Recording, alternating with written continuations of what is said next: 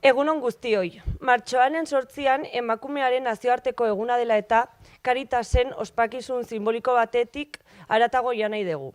Aurten martxoak 8 igandea denez, gaur hilak 6, genero berdintasuna gure misioaren eta eguneroko jardunaren gai nagusi gisa landuko dugu. Esta jornada no nace solo como un espacio formativo, sino como una oportunidad para revisar de manera crítica nuestras prácticas, ajustar nuestra mirada y reforzar la coherencia entre lo que creemos, lo que decimos y lo que hacemos. Además, se enmarca en un momento importante para la institución. Nos encontramos desarrollando nuestro segundo plan de igualdad, lo que nos exige no solo consolidar avances, sino profundizar con mayor rigor y mayor compromiso en la incorporación transversal de la perspectiva de género en todos nuestros ámbitos de actuación. Alde horretatik, proposamenak lotura zuzena du gure gizarte ekintza eredua eguneratzeko beharrarekin. Ikuspegi feminista eta intersekzionala txertatuz, kalitate instituzionalaren irizpide gisa, bai diseinuan, bai eskuartzean eta ebaluazioan.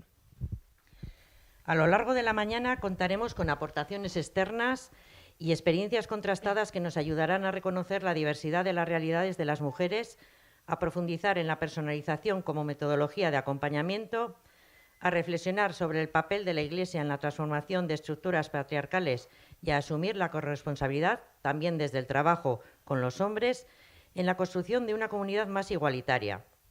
En concreto, tendremos las ponencias de Jan Roland, de Vilchen, Lourdes Pazo, de Bagalume, Geraldina Céspedes, misionera y teóloga, y José Chorriviere, desde Guisondus. Todo ello se complementará con espacios de diálogo abierto, porque la igualdad no es solo un contenido que se transmite, sino una cultura organizativa que se construye colectivamente. 11:00 gainera, keinu publiko bat egingo dugu kalean. Partekatutako argazki batekin. Karitasek berdintasunaren alde duen jarrera argi eta ikusgarri bezala.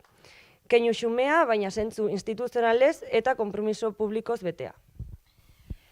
Os animamos a participar. Cuanto más transversal sea la participación, más fácil será después aterrizar lo trabajado en los equipos y en las prácticas concretas.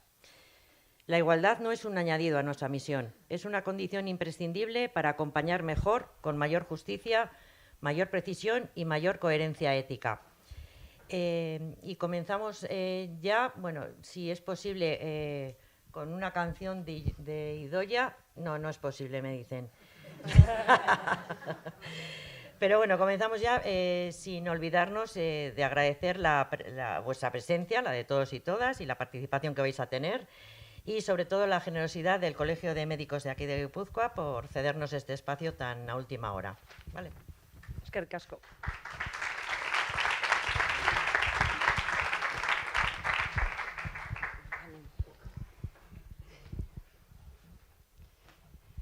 Bueno, buenos días, Egunon.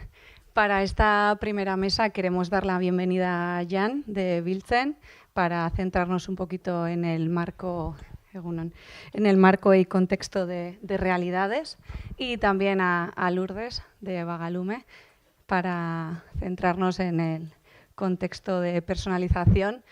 Y bueno, vamos a escucharles un poquito y después tendremos la oportunidad de abrir un poco el debate y hacer una mesa redonda.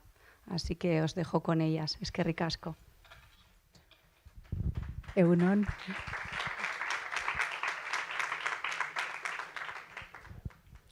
Egunon, eskerrik asko. Es un placer estar aquí, participar en esta jornada de nuestras amigas y compañeras de viaje Caritas, que con Caritas tenemos muchos vínculos desde la creación de Vilchen. Así que es un placer colaborar en esta pequeña medida en esta jornada. Os agradezco también a todas estar aquí y es un placer poder escuchar y aprender de las compañeras ponentes y todas las aportaciones que vais a hacer, todas las personas que estamos aquí. Bien, a mí me toca hablar de las realidades diversas de las mujeres en nuestro entorno. Voy a centrarme más en las mujeres migradas. Nosotros trabajamos en el ámbito de la inmigración y nuestra misión es fundamentalmente la promoción de la convivencia intercultural, y eso lo hacemos a través de formación, asesoría, sensibilización, fortalecimiento asociativo. Bien, A ver, el pasador. Vale. Para que me podáis. Es que ricasca. A ver, ¿dónde va? Vale. Esos son los contenidos que quería compartir. ¿Cuánto tiempo tengo para media horita? Vale. Para correr. Vale. Muy bien. Es que ricasco. En un primer momento me gustaría hacer como un contexto así, centrando esos 3 conceptos. Y luego hablaré de la diversidad de las mujeres, de las trayectorias que tienen, y me centraré luego en las barreras que encuentran en el entorno para poder hacer efectivo una ciudadanía plena, pero también las oportunidades que existen, que muchas veces en el ámbito de la intervención social solo vemos barreras y olvidamos que también hay otros elementos que pueden favorecer e impulsar, ¿no? Y luego compartiré algunas herramientas para ir mejorando esa intervención social que hacemos un poco para llevarla cada día más hacia la interculturalidad y la interseccionalidad. Bien, con esos conceptos quería poner como marco esos 3 conceptos para situar un poco el lugar donde quiero enmarcar, ¿no?, esa intervención, porque consideramos que como puntos de partida, ¿no?, me pueden servir para enmarcar la intervención. Como sabemos, esos 3 conceptos de diversidad, interculturalidad e interseccionalidad, yo creo que las tenemos muy presente en la intervención social en general y, bueno, las voy a repasar muy brevemente, ¿no? La diversidad, como sabemos, es consustancial a la humanidad. Donde hay personas, hay diversidad. A veces la gente dice, hay que promover la diversidad. La diversidad no hay que promoverla porque está aquí, no tienes que hacer nada para que esté. Donde hay personas, hay diversidad. Y esa diversidad puede ser de sexo, de origen, de etnia, de nacionalidad, de capacidades, clase, orientación sexual. Entonces, esto está ahí. No hay que buscar mucho más lejos, ¿no? Y entonces, eso es un primer punto y también tenemos que dentro de toda esta diversidad, que me voy a centrar más en la diversidad cultural, que también nos va a vincular a la palabra interculturalidad, recalcar que también la diversidad cultural es un elemento fundamental también en el reconocimiento de la dignidad humana como derechos humanos. Entonces, esto también que no lo podemos perder de vista. Entonces, el modelo intercultural va a ser una forma de gestión de esa diversidad cultural, ¿no?, que parte de que la diversidad cultural es una riqueza y, por lo tanto, pues tenemos que generar mecanismos para que algo, si consideramos algo que es una riqueza, pues compartirla, ¿no? Entonces, en este marco de modelo de gestión de la diversidad, que es el interculturalismo, pues que parte de ese reconocimiento de la diversidad cultural como riqueza, pero se asienta sobre 3 principios, que es el reconocimiento de la igualdad, de la igualdad de oportunidades, el reconocimiento de la diferencia. La gente tiene derecho a mantener su diferencia, a mantener su cultura, a mantener todas las prácticas que forman parte de su identidad. Evidentemente, siempre las prácticas culturales que no van en contra de los derechos humanos, ¿no? Entonces, esto también, digamos que hay un marco, ¿no? Los derechos humanos protegen la diversidad cultural, pero ninguna práctica cultural puede ir en contra de los derechos humanos. Esas son cosas básicas. Bien, y el tercer principio sería el de interacción positiva, ¿no? Generar espacios de convivencia, espacios para compartir, para conocerse más, para desterrar todos los prejuicios y estereotipos que podamos tener unos de otros colectivos. Bien, respecto a la interseccionalidad, pues como ya sabemos que también es un concepto muy traído y llevado en todas las literaturas en torno a la intervención social, pues sabemos también que es un concepto y una manera, una perspectiva de intervención también conceptualizada desde los feminismos negros, ¿no? Que nos recuerda que todos los sistemas de opresión se relacionan y que según las situaciones o los marcadores sociales que tengamos y el contexto donde vivimos, pues esos factores de interrelación nos van a situar en una posición concreta, ¿no?, de privilegio, de discriminación o de opresión. Bien, en el caso de las mujeres migradas en concreto, pues vamos a tener en cuenta el tema del origen, el género, el sexo, la raza, etnia y el estatus migratorio, ¿no? Fundamentalmente. Entonces, todos esos elementos en cualquier momento de nuestra intervención o acompañamiento a las mujeres migradas tenemos que tenerlas en cuenta. Bien.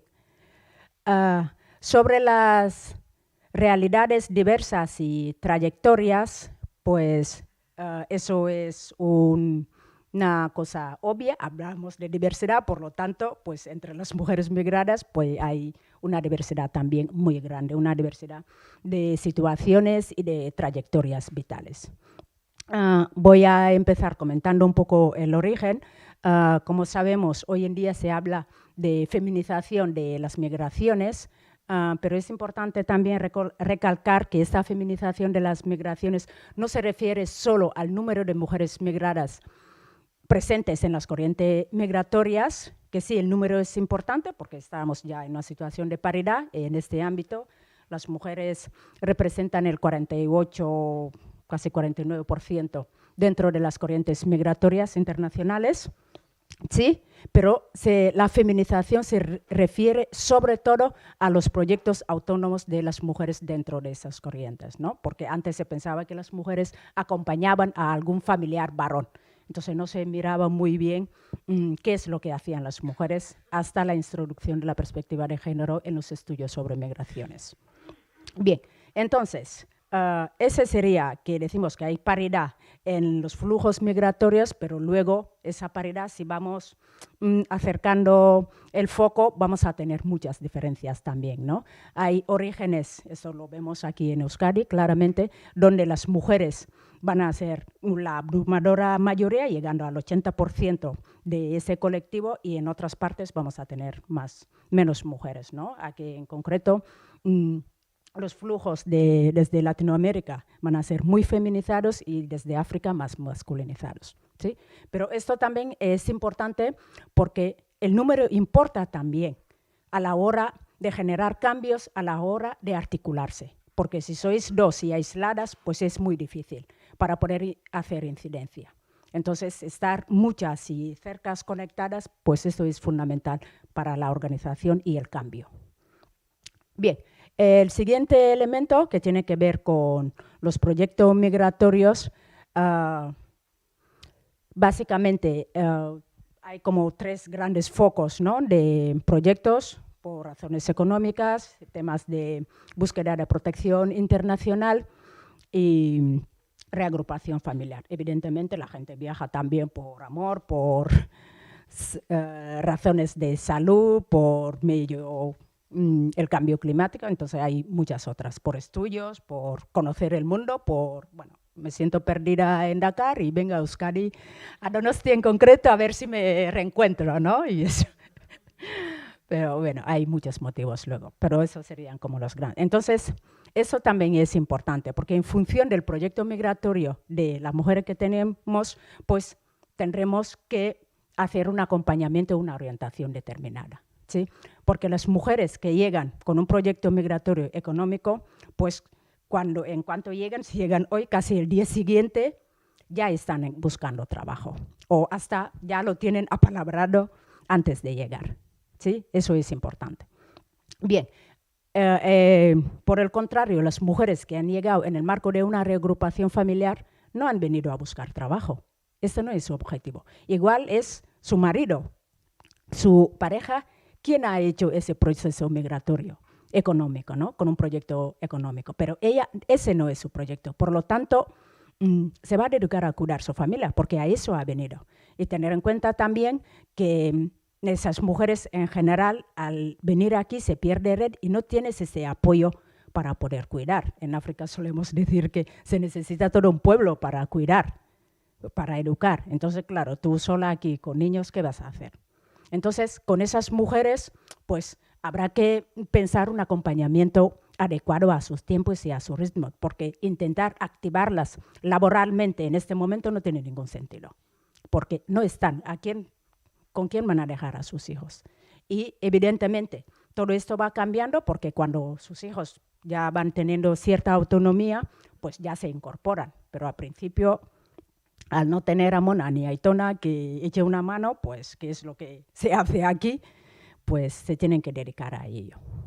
Bien, luego están también el tercer bloque así grande, uy, que se me está yendo un poco atrás. El tercer bloque grande que sería todas las mujeres que solicitan asilo y protección, ¿no? Entonces, en ese grupo de mujeres, dependiendo de cada caso, sobre todo si ha sido por salir por vulneración de derechos fundamentales con temas de violencia o por catástrofes, entonces hay que tener en cuenta, tenemos que pensar que igual tenemos que atender primero unos traumas que han podido vivir en ese proceso de huida, ¿no? O de llegar aquí, en esos procesos que han provocado ese desplazamiento, pues igual hay que trabajar primero esos traumas, reparar y sanar todo el daño que han sufrido para después pensar a activarlas para empleo o para otras cosas. Entonces, esos elementos también son importantes. Luego quería mencionar también otro grupo de mujeres jóvenes, mujeres que han nacido aquí o han venido muy pequeñitas en la infancia y que también es un grupo al cual tenemos que prestar atención, porque son niñas, mujeres jóvenes, vascas, españolas, como las queremos llamar, con identidades múltiples, híbridas, y lo que nos estamos encontrando es que esas niñas, esas mujeres jóvenes, al final de cabo no tienen la misma movilidad social y laboral que sus compañeras vascas autóctonas. Porque allí también nos hacemos unas trampas siempre, ¿no? Nos hacemos trampas comparando a esas niñas con sus madres.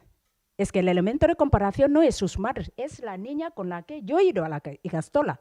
No me compares con mi madre, que ha venido de otro sitio, con otro bagaje y con otra situación. Yo he nacido aquí o he venido muy pequeñita y desde los 2 años en la Ikastola me comparas con mi amiga Aintzane. Entonces, claro, hacemos la trampa de compararlas con sus madres para decir, sí, tienen una movilidad social ascendente. Eso es una trampa, me tienes que comparar con una niña que está aquí. Entonces, esas cosas también para que las tengamos en cuenta, ¿no?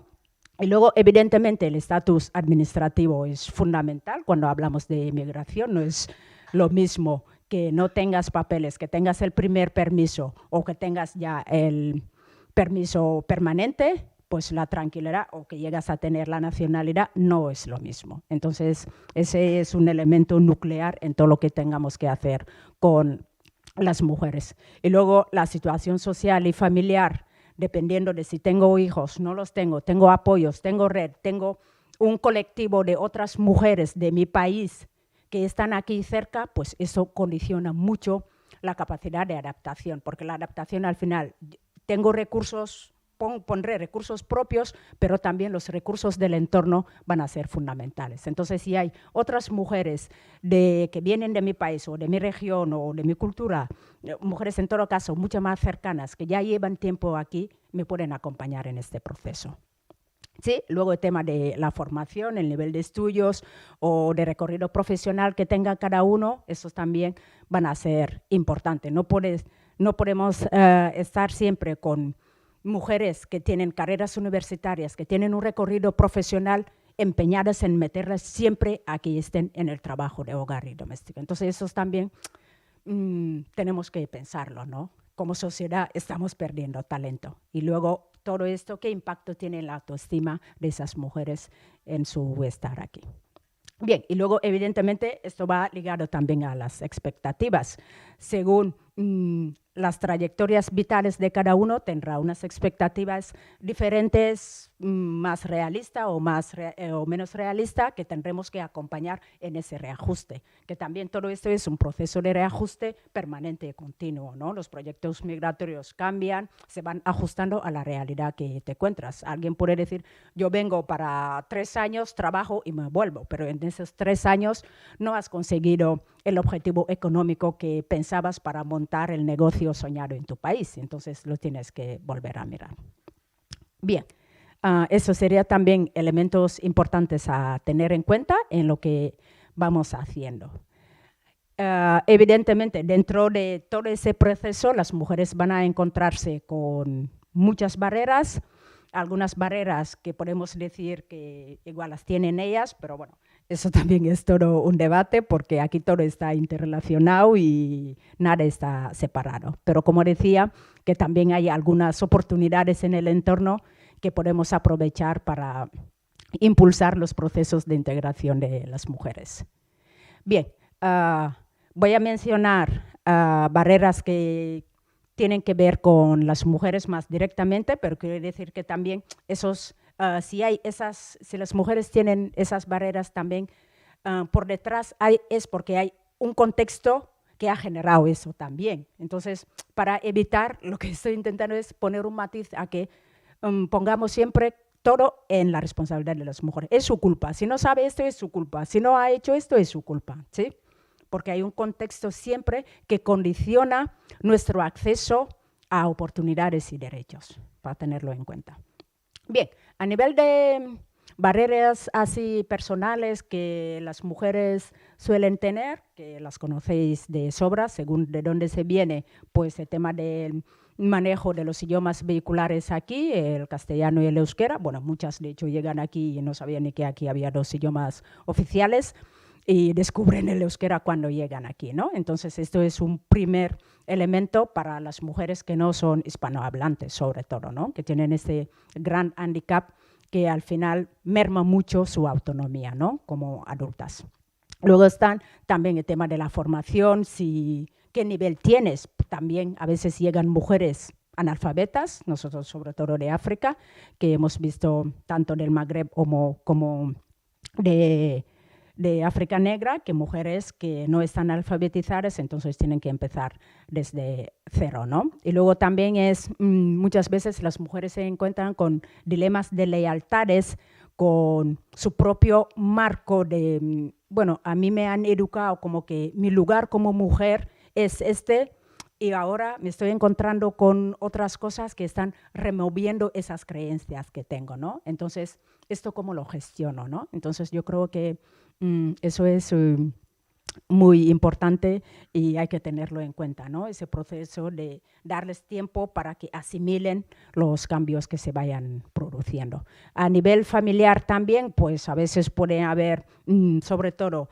esa concepción, ese apego a roles tradicionales de género, que no, las mujeres hacen esto, los hombres hacen esto, y esto al final se traduce en que no haya corresponsabilidad. Entonces, que las mujeres se tengan que encargar con todas las tareas de casa, el cuidado, y eso también, ¿verdad? Y a veces se acompaña de presiones, de chantajes, de que ahora te quieres convertir como una vasca, ¿no? Entonces ya vais copiando a estas y esto también son elementos a tener en cuenta. A nivel cultural, también a veces, si hay una comunidad grande, pues a veces también hay ese control, ¿no? Del comportamiento de las mujeres, de cómo hacen, y sobre todo en los colectivos donde las mujeres son minoritarias, los colectivos más masculinizados.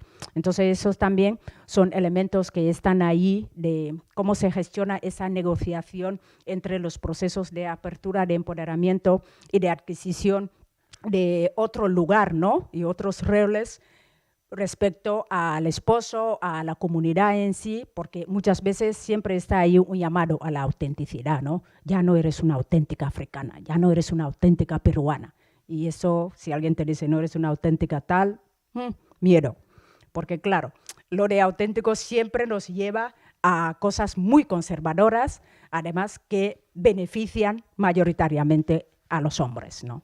Entonces, esto también son cosas que están ahí y que las mujeres tienen que enfrentar. Y los hombres también en algunos casos, porque también aquí vemos, sobre todo con el colectivo magrebí, muchas veces hay hombres que son como más liberales, más abiertos, pero y es la comunidad que les llama la atención. Estás dejando a tu mujer hacer tal, estás dejando a tu mujer ir tal, que no para, no se queda, ¿no? Entonces es como que recordarles su lugar, ¿no? Lo que se entiende como que tú eres el jefe de la familia, el hombre, y cómo tienes que llevar a las mujeres de tu familia. Entonces, estos también, a veces, los hombres también son víctimas de esa presión comunitaria, ¿no? Uy. Vale. Bien, voy a correr. Sobre los obstáculos, ¿no? Ya aquí más que pone la sociedad de acogida, bueno, que también conocéis casi todo esto, el tema de los estereotipos, los prejuicios racistas, el paternalismo, el salvacionismo. Bueno, diciéndolo muy rápido, ¿no? Que en general en Occidente la gente tiene más o menos interiorizado que somos un poquitín superior, ¿sí? Porque hemos conquistado el mundo y esto está en las mentalidades. Entonces, miramos en general las personas que vienen de esos países que han sido colonizados por Occidente con esa cosita ahí de, bueno, igual les tenemos que ayudar, que acompañar, civilizar, bueno, todo este marco de barbarie y civilización, ¿no? Sigue en las mentalidades. Entonces, esto está así. Y luego hay otro efecto también, que hay un ranking de deseabilidad de las personas migradas. Se acepta más a unos colectivos y menos a otros. Esto, en el ranking en Euskadi, las personas argentinas son el número 1. Bien, para que sepáis. Y en el final de la tabla, marroquíes, rumanas y negras. Entonces, esto también es la realidad. Y claro, eso condiciona las posibilidades de relacionarte, las oportunidades laborales y todo. Bien, y luego en el ámbito del empleo también un mercado laboral segmentado, estratificado étnicamente, porque, claro, se reservan lo que en la jerga de inmigración llamamos los empleos de las 3 P's para las personas migradas: precarios, penosos y peligrosos. Entonces, claro, y luego también mantener la división sexual del trabajo. Las mujeres migradas van a ocupar esos ámbitos donde estaban las mujeres vascas, que entran en el espacio público, pero claro, el cuidado sigue aquí y ¿quién lo ocupa, no? Otra mujer. Entonces, eso también genera muchos problemas a la hora de avanzar, ¿no? De tener esa movilidad. Y luego, bueno, ni os hablo de tema de reconocimiento de diplomas y demás, ¿no? La homologación de títulos universitarios. Bien, pero también otras dificultades que ya son a nivel de las organizaciones y las instituciones aquí, desde marco se interviene, ¿no? Que tiene que ver con ese marco en general de superioridad colonialista, eurocéntrica y asimilacionista. Las cosas aquí se hacen así. Y tú tienes que entrar en esa cajita que han dibujado. No hay flexibilidad. Entonces, esto también es... y luego, muchas veces, desde la teoría feminista que aquí es hegemónica, pues no se quiere tener en cuenta muchos otros factores como el racismo, que en este contexto para las mujeres migradas es un elemento de opresión fundamental. Entonces, si queremos hacer una práctica feminista sin tener el racismo, las mujeres migradas no queremos saber nada de esto. Entonces, estos también son esto. Y luego se habla mucho de que las mujeres migradas que no dominan el idioma, pero la gente de aquí, ¿cuántos idiomas habla? Yo creo que eso tampoco lo ven.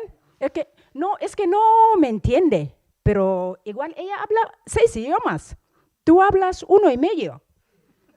A ver, entonces esto también que nos lo miremos, ¿no? Y luego esa uniformidad caucásica, blanca, vasca, en los equipos, todo el mundo con el mismo patrón, la misma cultura, no hay diversidad en los equipos. Entonces esto también, pues es un problema también. Entonces, elementos ahí estructurales.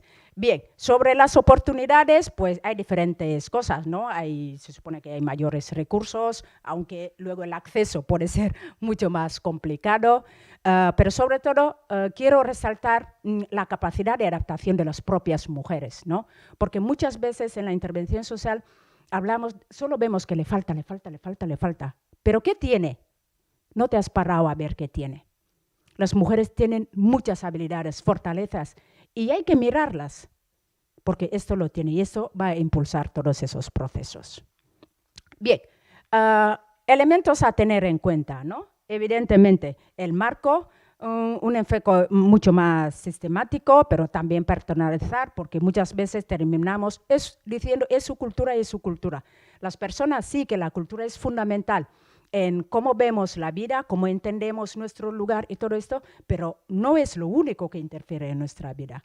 La situación concreta en la que yo estoy ahora, estoy sin papel, estoy sin red, no domino el idioma, eso no tiene nada que ver con mi cultura. son elementos situacionales.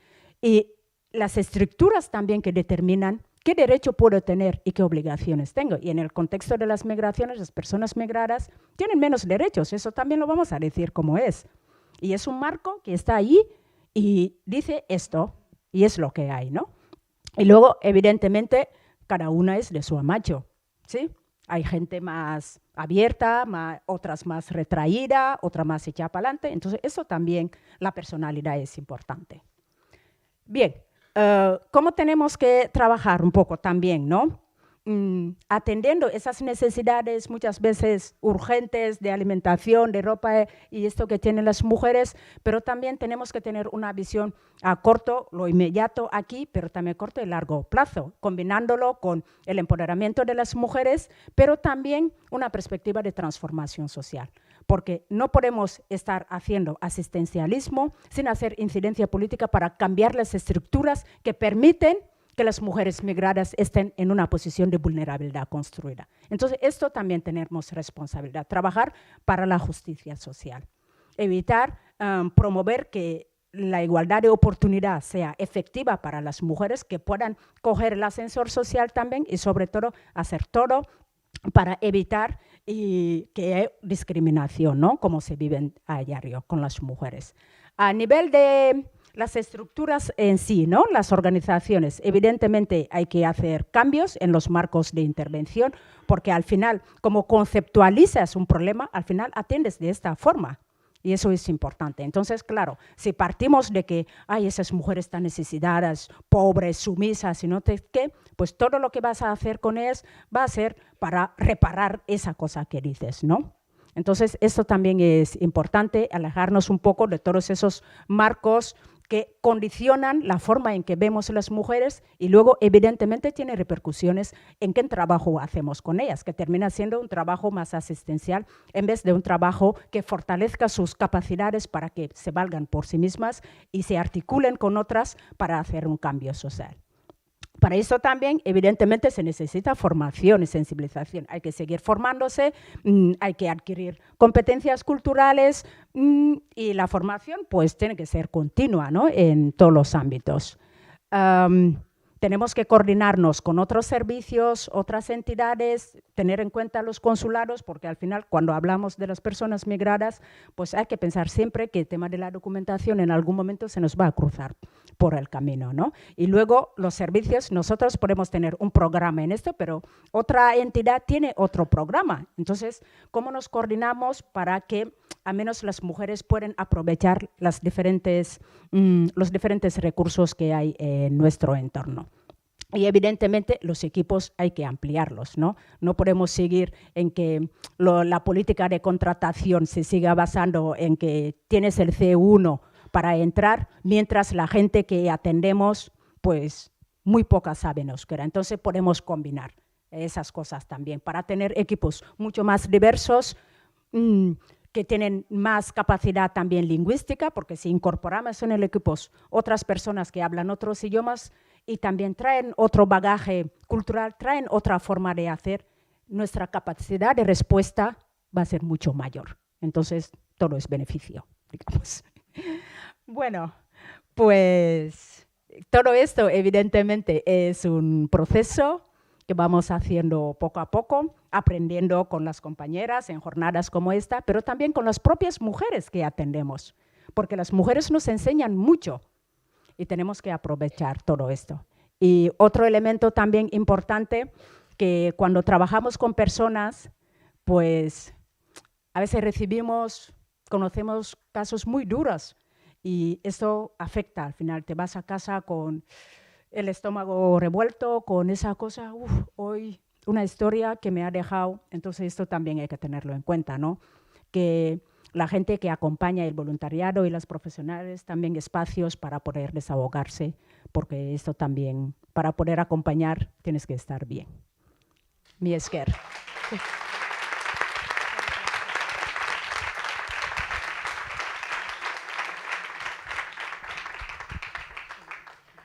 Bueno, Jen, muchísimas gracias. Yo creo que, nunca mejor dicho, nos has dado un baño de realidad que nos ha hecho aterrizar bastante. Después me imagino que habrá preguntas. Ahora pasamos a Lourdes Pazo, compañera de Vagalume, Santiago de Compostela, que acompaña a mujeres en contexto de prostitución, y nos vamos a centrar en el pilar de personalización con ella. Eskerrik asko. Egunon, eskerrik asko a todas y a todos por estar aquí para, bueno, un poco compartir cuál es mi experiencia en el trabajo con las mujeres en contextos de prostitución y o víctimas de trata con fines de explotación sexual. Tiene un nombre un poco largo, pero creo que también es importante hablar, sobre todo, en este caso voy a hablar más de tema de prostitución que no tanto de las víctimas de trata. Veréis ahí que bueno, el PowerPoint está en gallego, pero creo que es bastante fácil de entender comparado con el euskera, con lo cual espero que me disculpéis por haber utilizado en este caso, ¿no? Quiero agradecer mucho a la compañera la introducción, porque va a servir de mucho a la hora de hablar yo del tema de la intervención en el caso de las mujeres que son víctimas de explotación sexual. Para empezar voy a explicar un poco lo que es el programa Vagalume, porque aunque pertenece a Cáritas Diocesana de Santiago de Compostela, es un programa que inicialmente el origen está en las Hermanas Oblatas, que supongo que muchas y muchos de vosotros conocéis, por diversos motivos también, supongo. Y las Hermanas Oblatas tienen como carisma el trabajo con las mujeres en contextos de prostitución en lugares de frontera, sobre todo, y en los lugares donde se ejerce la prostitución. En el caso de Santiago lleva como más de 30 años en el programa y se inició con ellas y con el apoyo desde un principio de Cáritas Diocesana de Santiago. Pero aquí voy a hablar sobre todo de lo que es la intervención que a nosotros en nuestro trabajo diario nos proviene de la pedagogía oblata, ¿no? El trabajo de la intervención con la mujer es desde un punto de vista oblata, y con eso pues, me gustaría compartir un poco y hablar un poco de todo eso. A ver si... Bueno, veis ahí que quiénes somos. Somos un programa que ya dije pertenece a Oblatas y a Cáritas. Es un equipo interdisciplinar que está compuesto por 6 personas. Una asesoría jurídica, tenemos una atención psicológica, 2 educadoras y una orientadora prelaboral y la coordinadora, ¿no?, que soy yo en este caso. Es un equipo que tiene también un centro de día y un piso de acogida para mujeres que quieren abandonar el ejercicio de la prostitución o aquellas que han sido víctimas de trata y son derivadas desde fuerzas y cuerpos de seguridad del Estado o por otras entidades, ¿no? La realidad con la que intervenimos es una realidad que muchas veces o casi siempre está invisibilizada, no por ellas, sino por la sociedad. No quiere mirar hacia ese lado donde las mujeres están. Y sobre todo porque no solamente están invisibilizadas por la sociedad, sino por ellas mismas, porque el propio estigma de la prostitución no permite realmente también salir del lugar en el que están, ¿no? Entonces, para llevar a cabo un trabajo con ellas es fundamental acudir a los lugares donde éstas están, que es lo más difícil porque son lugares que ya por el propio lugar en el que se realiza la prostitución, pues no son lugares bienvenidos para otro tipo de personas, ¿no? Entonces, lo que se hace desde el equipo es las salidas a los lugares donde se ejerce prostitución. Una vez a la semana se acude a los clubs de carretera, en este caso, si conocéis Galicia, bueno, es muy parecido también, yo creo, aquí en Euskadi. Los clubs de prostitución están mayoritariamente en las carreteras que no llevan a ninguna parte, o parece que no llevan a ninguna parte, sobre todo para las mujeres. Entonces se coge el coche por la noche y se acude a los lugares de prostitución para conocer la realidad en primera persona de las mujeres que allí están, ¿no? Para poder trabajar y para poder conocer es importante estar en los lugares en los que ellas están. Y entonces por eso que se acude allí. También se hace lo que es la visita a los pisos de prostitución, que después, si queréis, podemos profundizar un poco también cómo se accede a ellos, porque son lugares también complejos para poder acceder y donde se oculta toda una realidad que está oculta, pero que está oculta porque queremos. Muchas veces no queremos saber qué es lo que ocurre dentro de esos locales o qué ocurre dentro de esos pisos. Nos quejamos si hay ruido, pero no preguntamos qué le pasa a las mujeres que allí viven o cómo llegaron esas mujeres a esos pisos donde están ejerciendo la prostitución. Lo que se trata es de que cuando nos acercamos a esos lugares es dar a conocer el recurso para que las mujeres puedan acceder a un lugar en el que ellas puedan sentirse cómodas y tranquilas y libres, ¿no? Para poder expresar todo aquello que ellas muchas veces puedan necesitar. Una vez que llegan al centro,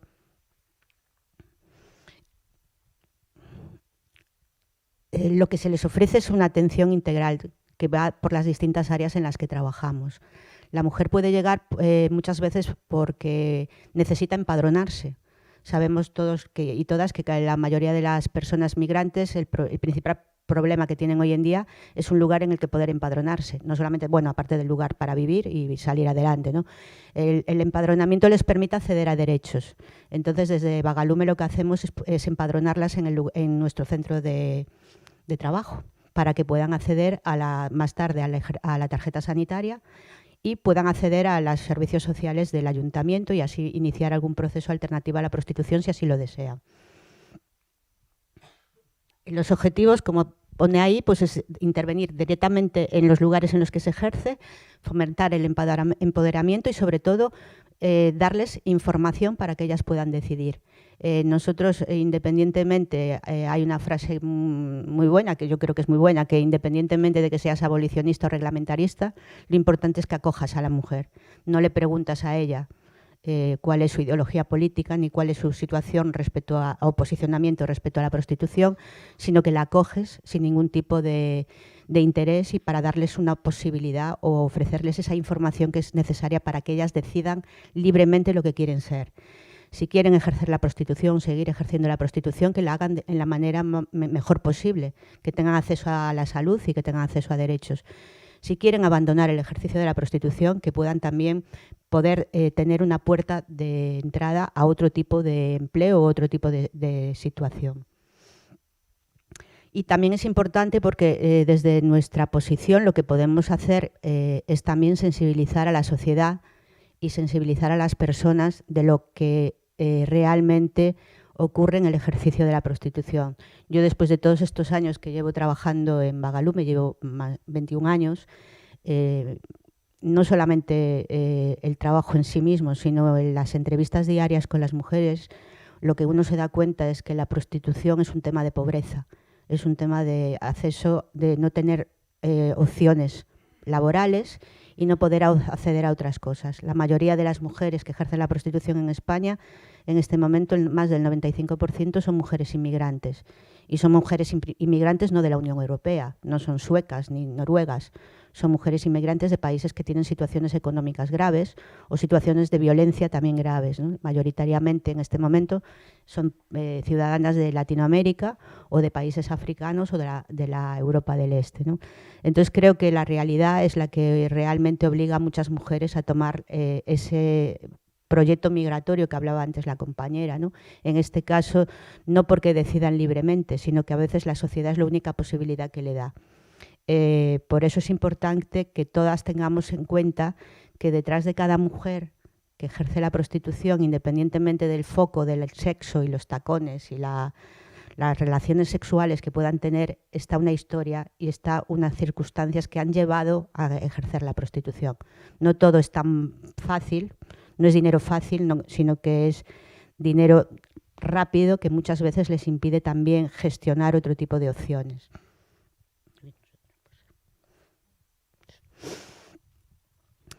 La realidad con la que intervenimos, hablaba antes ya de que es un tema que viene también tocado por la desigualdad de género. Evidentemente, el 95% de las personas que ejercen prostitución son mujeres y también el 95% o más que consume prostitución son varones, ¿no?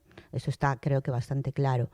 Después también tiene que ver con los flujos migratorios. En este momento, no sé aquí, pero bueno, las realidades en cada zona son similares. En el caso de Galicia, mayoritariamente en estos momentos la población que está llegando para ejercer prostitución no viene directamente a ejercer la prostitución, sino que son las situaciones que se están dando en los países de origen. En el caso de Galicia, mayoritariamente es Colombia, Venezuela, Paraguay, que les obliga de alguna manera, al llegar aquí, para poder salir adelante, optar por la prostitución como medio de vida.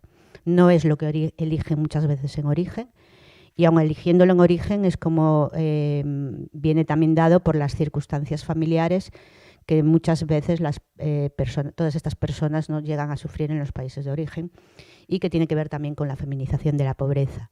Mayoritariamente las mujeres tienden a ser el sustento muchas veces de las casas, de la familia en el lugar de origen.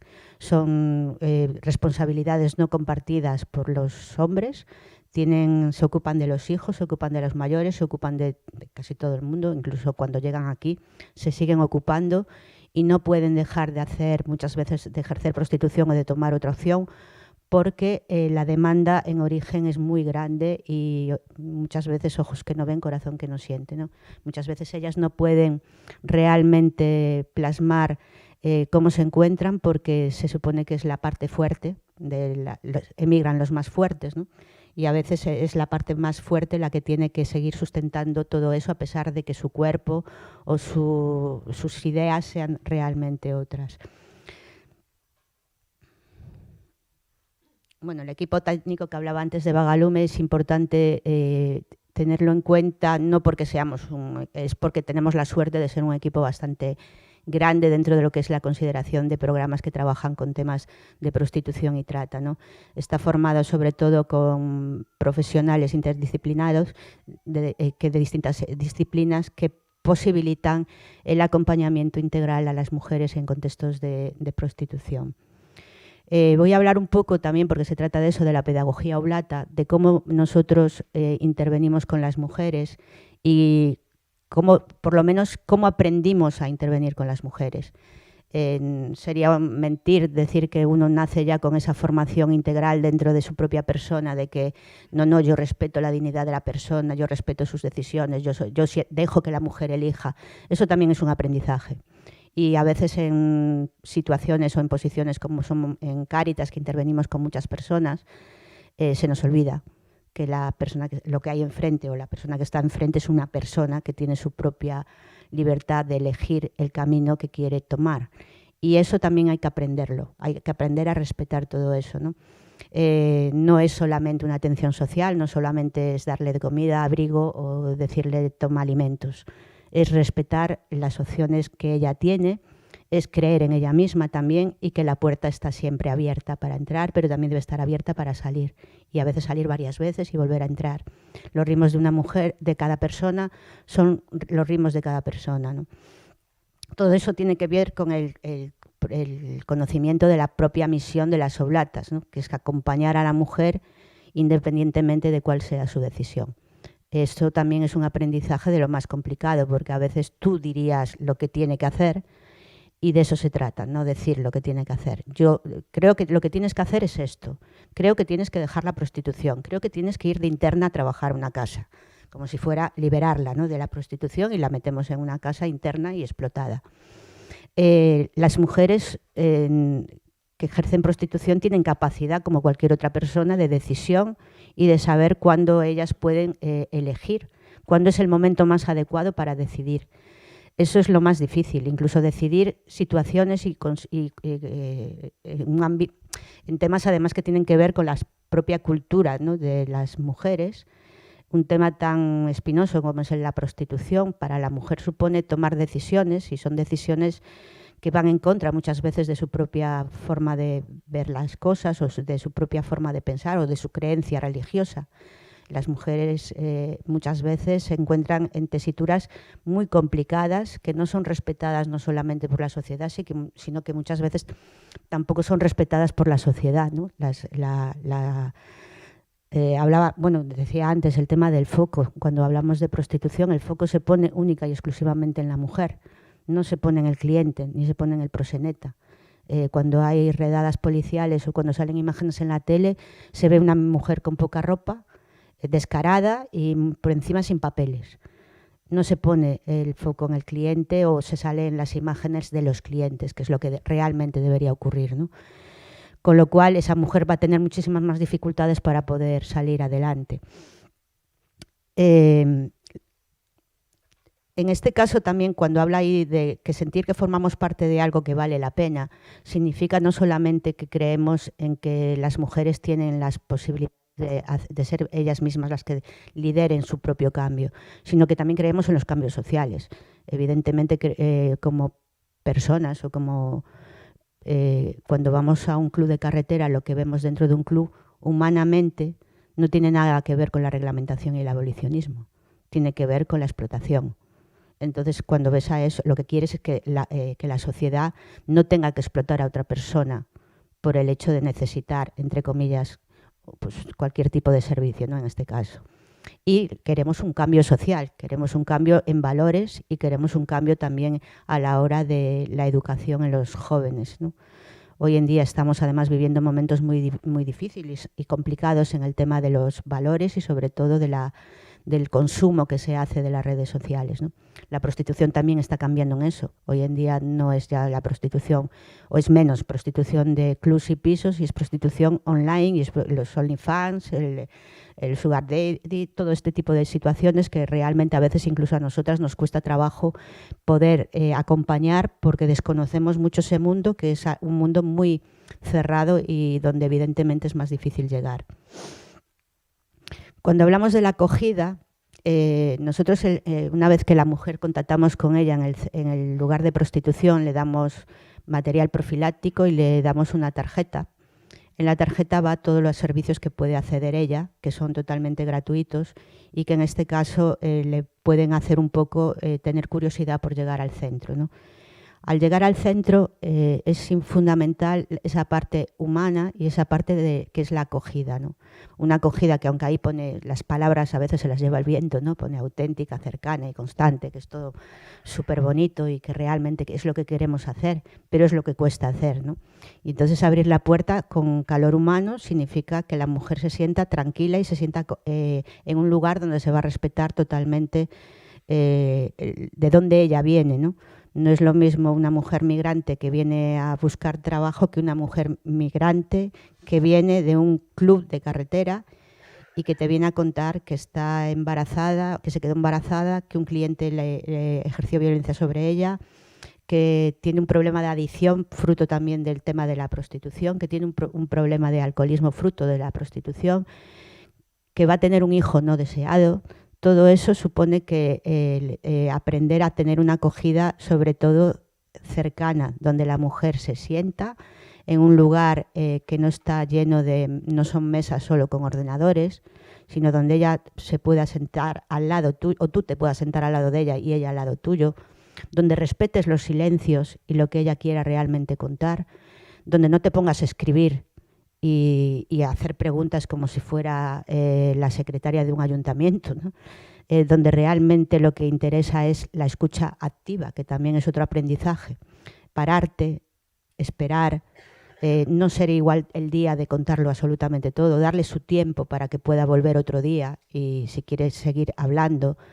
Y sobre todo no empezar con el darle firmar la protección de datos, la firmarlo no sé qué, firmarlo no sé cuánto, porque realmente eso es lo que acaba con las relaciones que se establecen de tú a tú, ¿no? Cuando empiezas a firmar papeles o empiezas a coger el teléfono y a decirle dame tu documentación, por ejemplo, que es otra cosa que también solemos ser agresivas, ¿no? A la hora de, sin darnos cuenta, ¿no? Dame el pasaporte, o qué tienes NIE, dónde estás empadronada, qué número de teléfono, que parecemos eso, la Gestapo al final, ¿no?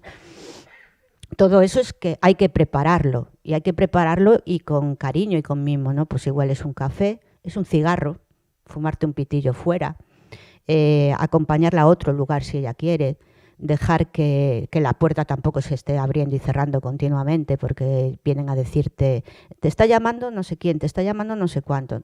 Todo eso es necesario salvaguardarlo y respetar ese momento, ¿no? Las mujeres, cuando se sienten acogidas, las mujeres expresan y las mujeres cuentan. Y también hay que saber que lo que cuentan y que tú denunciarías inmediatamente a la policía, que ellas no quieran hacerlo. No vamos ya a llamar a extranjería o vamos a llamar a la UCRIF porque tenemos una víctima de trata y ya puede pasar a las cifras oficiales, ¿no? Denunciar es algo también muy grave, y es denunciar para una mujer supone un proceso muy largo, pero que muy largo, que nosotras desde el centro a veces incluso ya no sabemos si es bueno realmente llevar a hacerlo. Hablaba ayer con Mabel, nosotros tenemos víctimas de trata que son del año 2018, de 2019, que aún está el juicio sin celebrar. Con lo cual, todo lo que supone para la mujer cada vez que entra por la puerta y le dices, no, es que llamó la fiscal y tienes que volver a una declaración o tal. Es que no pueden llegar a pasar página nunca. Y a veces incluso nosotros también, que nos llaman para declarar y ya no te acuerdas ni siquiera cómo pasan tantas mujeres, al final no sabes de quién es la historia, ¿no? Y todo eso no se respeta tampoco, los tiempos que es muy... En ciertos ámbitos decir que no es recomendar no denunciar. Evidentemente es la mujer la que decide, pero tú le tienes que decir cómo es el proceso. Esto supone revictimizar una y otra vez a la misma persona y no sé si la mujer, pues eso, a veces unas tienen... están más fuertes y otras están menos fuertes, porque aparte estamos hablando de un mundo muy violento, pero no violencia, no solamente violencia entendida como de física, sino violento en todos los sentidos. Miedo, miedo por ti, miedo por tu familia, miedo por no poder pasar página, miedo por no volver a tener una pareja, o porque esa pareja se entere de que en un momento dado estuviste en prostitución, porque nadie te va a preguntar cómo llegaste a prostitución, sino que simplemente te van a poner la marca realmente de haber estado, ¿no?, allí. Cuando también lo de no juzgar es también importante y también es otro aprendizaje, ¿no? También nos saldría muchas veces lo que deberían hacer. Por ejemplo, si te dicen que bueno, tú ves o observas que a través de la entrevista que han sido víctimas de explotación sexual, pero te dicen que no lo pueden dejar porque tienen que pagar X dinero, porque tienen que enviar dinero a su familia o lo que sea, a ti te iría muy eso, decir, no, pues lo tienes que dejar, es mejor que te buscamos un lugar para quedarte, no te preocupes. Entonces te cuenta que tiene que mandar dinero a su familia. Desde nuestra posición siempre es muy fácil decir déjalo, pero la que tiene su vida y la que tiene sus cuentas es ella. Entonces nosotros no le vamos a facilitar todo eso, porque seríamos hipócritas si le decimos te vamos a ayudar, no te preocupes. No, te vamos a ayudar hasta donde podamos, porque realmente también hoy en día la burocracia impide muchas veces acompañarlas como deberían, o como porque a veces también hay mujeres de primera y de segunda y de tercera. En este caso muchas veces las mujeres migrantes de prostitución son las últimas de las últimas, porque el ejercicio de la prostitución las marca también de cara a los servicios sociales, de cara a cualquier tipo de ayuda que puedan necesitar, se las va a juzgar, como se las juzga también por si tienen, a veces, pues eso es lo de el entendimiento que podamos tener nosotras, ¿no? Pues tengo 2 amigos, tengo 3 amigos. Claro, tener 3 amigos no es tener 3 amigos, son amigos que las ayudan a sobrevivir. Pero nosotros no tenemos que juzgar eso. Son ellas las que tienen eso. Ellas saben lo que padecen y ellas saben lo que tienen que pagar o las deudas que tienen que pagar, ¿no? También es importante decirle y facilitarle la información. No toda, la información, sobre todo, en primer lugar, la que ellas piden, no la que nosotras le queremos dar. Primero es lo que ellas piden. Si ellas piden un lugar para ir al médico concreto, que tú le des esa información. Es decisión de ellas lo que quieran hacer. Nosotros lo que tenemos es que informar. Y una vez que informas, la mujer tiene que tener la libertad de elegir, porque no somos sus madres. Ellas son mujeres adultas, son mujeres maduras que toman las decisiones por ellas mismas. Entonces, la información es importante que se dé toda, pero sobre todo la que ellas piden, no la que nosotras queremos, ¿no? Y después también evitar tener nuestras mujeres. Las mujeres no son nuestras, ni las personas son nuestras. Cada persona y cada mujer es de ella misma. Entonces a veces tenemos la tendencia dentro de los recursos a hablar mucho de nuestras mujeres. Eso también hay que aprenderlo, hay que soltar, dejar de decir nuestras mujeres, porque también después otros sitios también te dicen las vuestras. Y tampoco queremos eso. Como no queremos que digan las vuestras, no digamos las nuestras. Son ciudadanas y dentro de cada una de ellas pues hay una circunstancia diferente que no es general, sino que la circunstancia de cada mujer es una. Por eso es importante coordinarse después con los otros servicios, no estigmatizar y no dejar, no la vamos a mandar a tal sitio porque no se va a saber defender. No, sí se saben defender. Las mujeres han cruzado océanos, han cruzado ríos, han sufrido todo tipo de abusos y han llegado a los sitios. No infantilicemos tampoco a las personas, ¿no? Son capaces de eso y mucho más. Y coordinarnos para que las mujeres acceden a derechos. No por el hecho de estar en prostitución ya la definen como persona. Pueden acceder como una más a cualquier otro tipo de derecho que en ese momento haya en los servicios sociales o en cualquier administración. Que también hagamos sensibilización de cara a los servicios sociales o a los, digo servicios sociales porque es normalmente con quien más trabajas, no quiero decir que lo hagan, hay de todo, como en todas partes. Pero me refiero sobre todo para que a través de servicios sociales es como puede haber un conocimiento general también de la situación de muchas de estas mujeres, ¿no? Si no es un tema de Cáritas, no es un tema de Oblatas, no es un tema de las organizaciones, es un tema social. La sociedad es la que tiene que cambiar las estructuras y la política debería cambiar las estructuras. Entonces debemos informar y sensibilizar a todas las administraciones de lo que está ocurriendo en cada una de ellas, ¿no?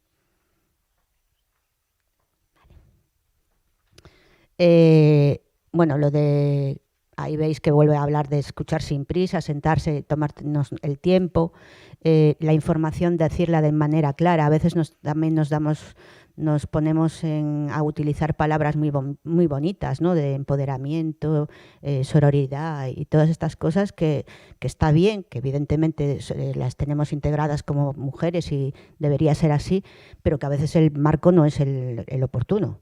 Que también tenemos que bajar un poco a la realidad y hablar de tú a tú con la mujer y eso, no tener un lenguaje normal, tampoco empezar con reivindicaciones que igual no es el momento en esa situación, ¿no? Y sobre todo, bueno, la parte de abajo que pone evitando la duplicidad de entrevistas. Esto es algo también que somos muy dados en las organizaciones que trabajamos en intervención directa, ¿no? Hacemos una primera entrevista, se la pasas a la psicóloga, la vuelve a entrevistar, se la pasas ya incluso el lenguaje es bastante penoso, ¿no? Pero bueno, que después le dices a la trabajadora social, la vuelve a entrevistar, viene no sé quién, la vuelve a entrevistar y la mujer se acaba cansando y dice, no voy a más sitios porque no quiero que me pregunten más, ¿no? Debería servirnos la coordinación entre cualquier entidad y entre personas. No es necesario que todas y todos sepamos todo y todo de cada una de las mujeres. Hay información que no tiene que saber la trabajadora social porque afecta a su salud, por ejemplo, y igual es algo muy personal y muy íntimo. Entonces no tiene que tener toda la información. Eso también vale a la hora de coordinar el propio equipo. En los equipos a veces surgen también tensiones por eso, porque no me dijiste que.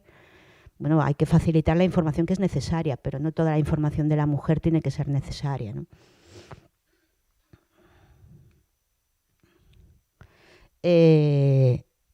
Evidentemente es otra palabra, respeto. Decimos todos somos respetuosos y todos respetamos, pero bueno, hay que llevarlo a la práctica. Entonces ahí está la palabra acompañada de la palabra acompañamiento. Nosotros acompañamos procesos, no decidimos procesos. La mujer es la que decide cuándo llega, cuándo se va, hasta dónde llega y lo que quiere hacer, ¿no? Es muy difícil también llegar a ese punto, ¿no? Es un autoanálisis a veces y a veces un poco de evaluación de los propios equipos, en qué podemos ayudar y cómo fallamos a veces a las mujeres, ¿no? En el caso de prostitución es todavía más dañino a veces, porque muchas de ellas, si no hay esa confianza y ese respeto, pueden ocultar información, no información porque oculten información, sino que no decir cosas porque tienen vergüenza a ser juzgadas de nuevo, ¿no? Porque han tenido que volver a prostitución en un momento dado o porque tienen que tomar decisiones que piensan que nosotras vamos a decirles algo, no las vamos a respetar, ¿no? Y eso también es complicado y es una parte fundamental de lo que es la intervención con las mujeres, el respeto, ¿no? Respeto y cuando estás hablando con ella y estás haciendo la entrevista, tu cara no puede decir lo que igual tú como persona piensas, ¿no? Que también es lícito, sino que tienes que respetar lo que la mujer te está diciendo Eso también a veces es otro aprendizaje. Orientar no es imponer. Tú puedes decirle a dónde puede acudir, pero tú no le tienes que pedir cuentas. Es ella la que realmente decide, ¿no? Y eso tampoco le puedes decir, por ejemplo, en el tema de los horarios, o en el tema de las comidas, o en el tema de cómo se viste. Todo ese tipo de cosas también hay que tenerlas en cuenta. A veces nos resulta muy fácil. Es que no viene puntual, es que faltan las citas. Ya, pero bueno, hay que tener en cuenta muchas circunstancias. No todo las cosas no son ni blancas ni negras. Siempre hay un montón de grises, ¿no? Y ellas mismas saben, no hace falta que tú se lo digas, cuándo tienen que parar o cuándo tienen que seguir, ¿no? Y porque como nosotras mismas, igual que ellas, nos confundimos en nuestra vida diaria y nos equivocamos. Y nos comportamos de manera, a veces de una manera y otras veces de otra, porque no hay diferencia. Lo que marca la diferencia es que ellas, por un motivo X, han tenido que acabar en prostitución o en explotación sexual, ¿no? Vale. Ahí hablaba antes de que acompañamos procesos, no sustituimos decisiones. La única responsable del cambio es la propia persona. En ella está la voluntad de hacer el cambio o no hacerlo, porque tiene que tener en cuenta un montón de cosas a la hora de llevar a cabo esos cambios, ¿no? Y bueno, hablar un poco también del compromiso. También es difícil a veces desde nuestro... Somos personas que también somos a veces trabajadoras, voluntarias, tenemos horarios y queremos que las cosas se hagan de 4 a 6 y no sé, a las 6 tienes que estar bien porque es mi hora de salir. Pues eso tampoco a veces ocurre. Igual tienes que buscar estrategias para poder continuar. Evidentemente no se trata, aquí no somos masocas, sino se trata también de 24 horas en alerta, ¿no? Pero que bueno, que ella vea que vamos a continuar, que eso no se acaba ahí. Y si nosotros no podemos ayudarla en ese momento, no es el lugar adecuado, que le podemos dar la posibilidad de buscar juntas otro lugar, otra situación que para ella sea mejor, ¿no? Revisar prejuicios propios y estar dispuesta a cambiarlos también es una parte muy importante. Estamos dispuestas a cambiar nuestra manera de actuar, de ver las cosas, de trabajar con las personas, a pesar de que en ese momento pues, nos cuesta mucho trabajo porque yo nunca hice esto, yo nunca dije esto, pero bueno, eso también tenemos que saber mirar hacia adentro para poder cambiar cosas y cambiar situaciones en el mundo, ¿no? Eso va también por incluso a veces el tema de la igualdad, ¿no? Hablamos desde nuestra posición aquí, que tenemos más o menos una formación o tenemos más o menos unos principios y unos valores, pero que ellas no han tenido igual la oportunidad de llegar a ellos porque nadie se lo ha dicho o no ha habido esa circunstancia, ¿no? Entonces también tenemos que trabajar o intervenir con respeto ante ese tipo de situaciones. Quería dejarlo, pero bueno, Lo de gratuidad no tiene que ver tampoco solamente porque sea un recurso gratuito, sino gratuidad pues, sin pedir nada a cambio. No es te busco un trabajo, pero a cambio me tienes que venir sin drogas. No, vamos a intentar hacer las cosas de manera que tú puedas seguir adelante, acompañada y a tu ritmo, porque también es eso, a veces pensamos que lo de dejar la droga o dejar el alcohol es de hoy para mañana. Y todas sabemos, porque eso no tiene nada que ver con la prostitución, que el consumo y las adicciones no se hace de un día para otro y que a veces tiene que ver también con las propias circunstancias, lo que nos pueden aportar la sociedad y el apoyo de las personas que tenemos de referencia, ¿no? Lo de dar segundas o terceras oportunidades, cuartas o quintas. No, hay que dar muchas oportunidades y hay que saber acoger también cuando la persona entra varias veces por la puerta y ha vuelto otra vez pues, o a las adicciones, o a ejercer prostitución, o a un tema o a casarse con la pareja equivocada, ¿no? Que también a veces sale de Guatemala a Guatepeor, porque los llamaros, no me da tiempo, si no hablábamos de los salvadores, ¿no? Que muchas mujeres creen que casándose, pues a veces pueden llegar a mejorar su situación, ¿no? Bueno, esto ya no me da tiempo, así que bueno, esto es el trabajo de Cayo. Después si hay alguna pregunta, pues lo podemos profundizar un poquito más. Y eso es un poco las pinceladas de lo que es la intervención desde Bagalume. Eskerrik asko.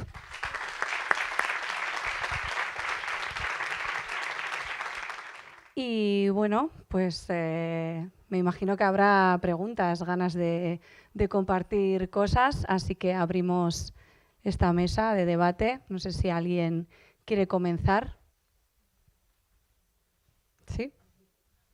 ¿Diego?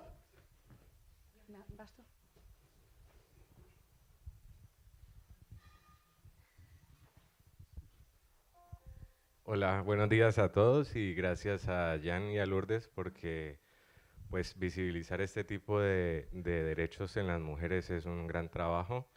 Yo lo digo como hijo y esposo de mujeres migrantes que me siento pues orgulloso de trabajar en una organización que haga esto. Y para Lourdes es una pregunta chiquita. A ver, has hablado primero al inicio que empadronas a las chicas para tener pues derecho a muchas cosas después, ¿no? Entonces, quiero saber si tienes un número máximo de padrones para dar, durante cuánto tiempo, y si tienes en algún momento algún límite, pues cómo manejarías el tema de la lista de espera. Por suerte, no tenemos límite. El ayuntamiento no nos pone ningún tipo de problema. Se lleva haciendo desde el inicio. Y lo que hacemos ahora es, bueno, en prostitución muchas mujeres lo que hacen son plazas, que es desplazarse de unos lugares a otros, a veces sin tener una vivienda fija donde residir, haciendo lo que se llaman plazas. Entonces, tenemos mucha demanda muchas veces por ese tema, porque si no tienen un lugar de empadronarse no pueden acceder a la tarjeta sanitaria y después no pueden acceder a derechos. Entonces, facilitamos completamente eso. Lo que intentamos es hacer un seguimiento.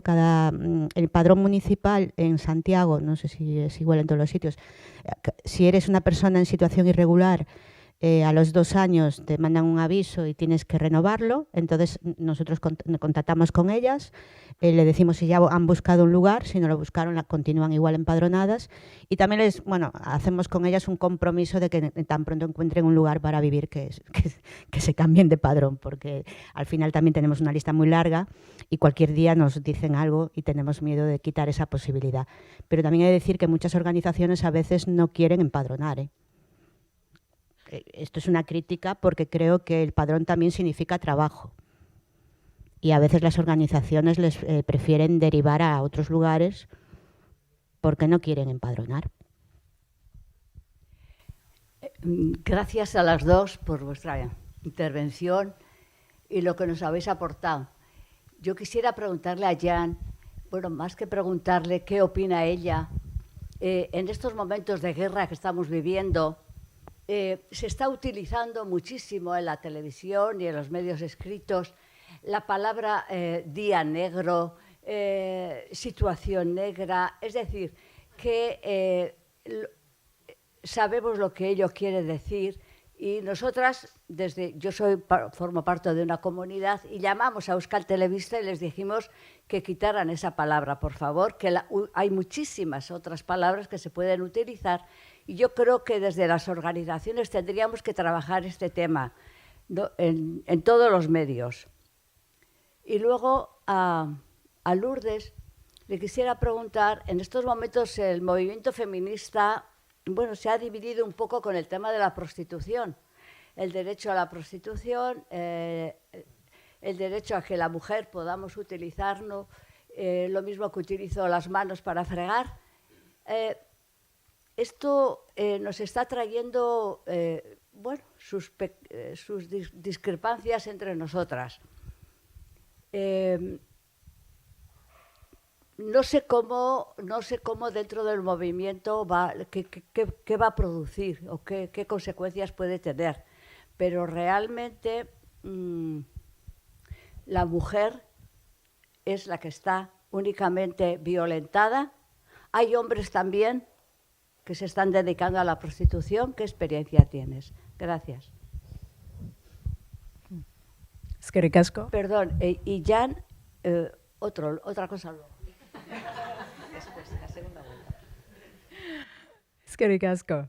Sí, yo creo que ese lenguaje de utilizar lo negro relacionado con todo lo negativo lleva desde el movimiento afrodescendente africano aquí reivindicando y el movimiento antirracista en general, ¿no? Eso es uno de los ámbitos, digamos, de racismo social, porque el racismo social se manifiesta en el lenguaje, en el acceso a espacios, a servicios y muchas cosas, y luego el racismo institucional por otra parte, ¿no? Entonces, yo creo que las personas negras y afrodescendientes y aliadas llevan reivindicando ese cambio, ¿no? Que siempre se esté remitiendo a las personas negras, no solo lo negativo, pero también a una situación de esclavización, ¿no? Momentos de esclavización, porque al final es esto. Si dice yo trabajo como negro, es que a eso se remite una persona esclavizada.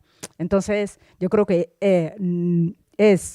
denigra las personas negras, afecta nuestra dignidad y bueno, necesitamos que la sociedad sea consciente de esto, lo que afecta la autoestima de las personas negras, su dignidad, y que entre todas podamos combatir y utilizar otras fórmulas, ¿no? Para hablar. Pero hay resistencias, pero ahí seguimos combatiendo todas las formas de racismo. Bueno, nosotros en el centro trabaja con mujer, es un centro de mujer, pero eso no significa que no vengan hombres y también, bueno, mujeres transexuales, que también es algo a tener en cuenta porque ha subido además muchísimo el número de mujeres transexuales que están llegando al programa, porque si una mujer es doblemente estigmatizada, pues una mujer trans lo tiene todavía peor, ¿no? Entonces, no cerramos la puerta a nada. Lo que pasa es que sí es verdad que significativamente los hombres son muy pocos los que se prostituyen, y se prostituyen para hombres. Volvemos a lo mismo. Son muchas veces, mayoritariamente son jóvenes inmigrantes también, que ejercen prostitución para poder subsistir, ¿no? Y después, en lo del tema del feminismo, sí es verdad que no voy a entrar en este debate y sería un poco largo, pero sí que es algo complejo porque realmente divide mucho al feminismo el tema del abolicionismo y el reglamentarismo, cuando lo que debería ser debería unir el trabajo por la mujer. Pero yo creo que de todas maneras hay congregaciones y programas que, independientemente de ser abolicionistas o reglamentaristas, lo que hacen es colocar a la mujer en el centro, ¿no? Y se trata de que cuando una mujer entre a un lugar pueda ser de cualquier manera atendida sin tener que entrar en ideología. Después es también otro debate que no es ahora el momento, pero incluso a nivel de Cáritas hay una posición, no posición. Oblatas tiene una posición, no posición. Entonces creo que eso es todo mucho, también se necesita debate, pero creo que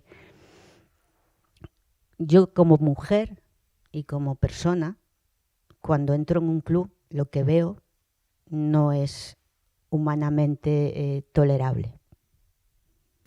Pues la pregunta, Jan, desde vuestro proyecto, pregunto a ver si tenéis algunas medidas y enfoques que pueden ayudar a facilitar la integración de los inmigrantes. También me gustaría saber si tenéis alguna estrategia al respecto.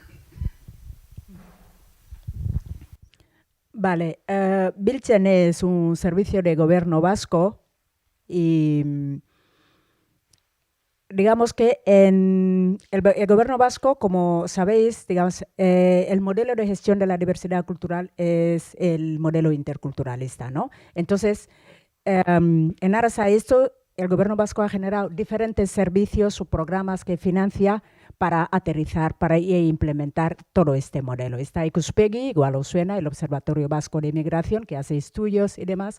Hay una red de técnicos de inmigración que están en algunos municipios, y luego financia también directamente programas de promoción de la interculturalidad. Y luego está Biltzen también, hay un foro de migración donde se encuentran diversas organizaciones sociales para debatir las cuestiones importantes sobre migración.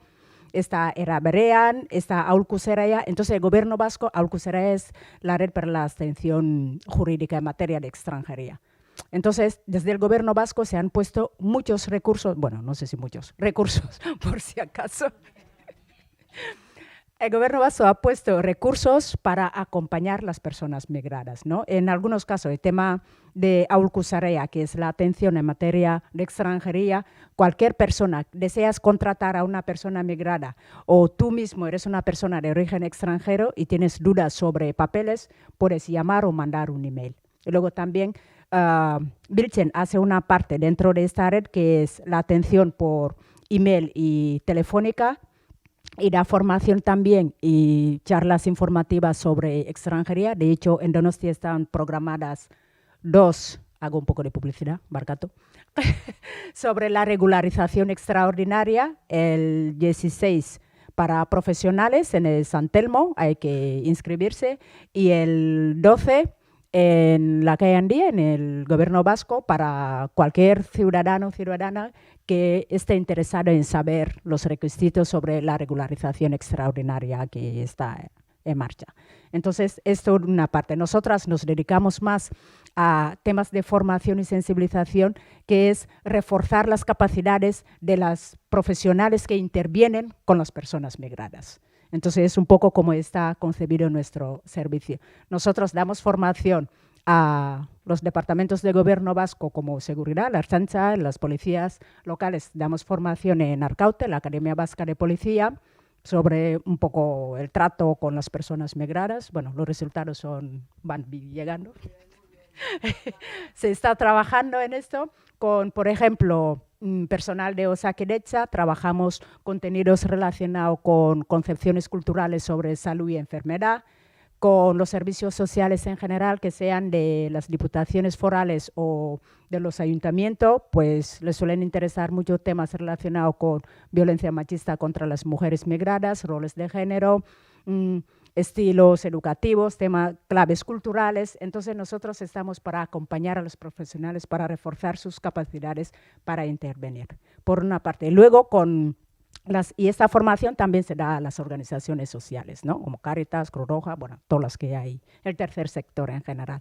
Y luego está una parte de acompañamiento a las organizaciones de las personas migradas, a través de fortalecimiento asociativo, pero también de sensibilización. Trabajamos mucho con las mujeres y los hombres, sobre todo en los centros de educación para adultos, sobre temas de igualdad de trato, no discriminación, que identifican las manifestaciones de racismo para poder defenderse, y también sobre el cambio en los temas de igualdad. Trabajamos con grupos separados de mujeres para que identificas también las formas de violencia y las consecuencias y todo esto para poder ayudar a otras mujeres, y con los hombres también su responsabilidad, ¿no?, en el cambio en materia de promoción de igualdad. Y luego también que sepan las consecuencias que les pueden acarrear si cometen un delito de violencia machista contra las mujeres, porque eso también es importante.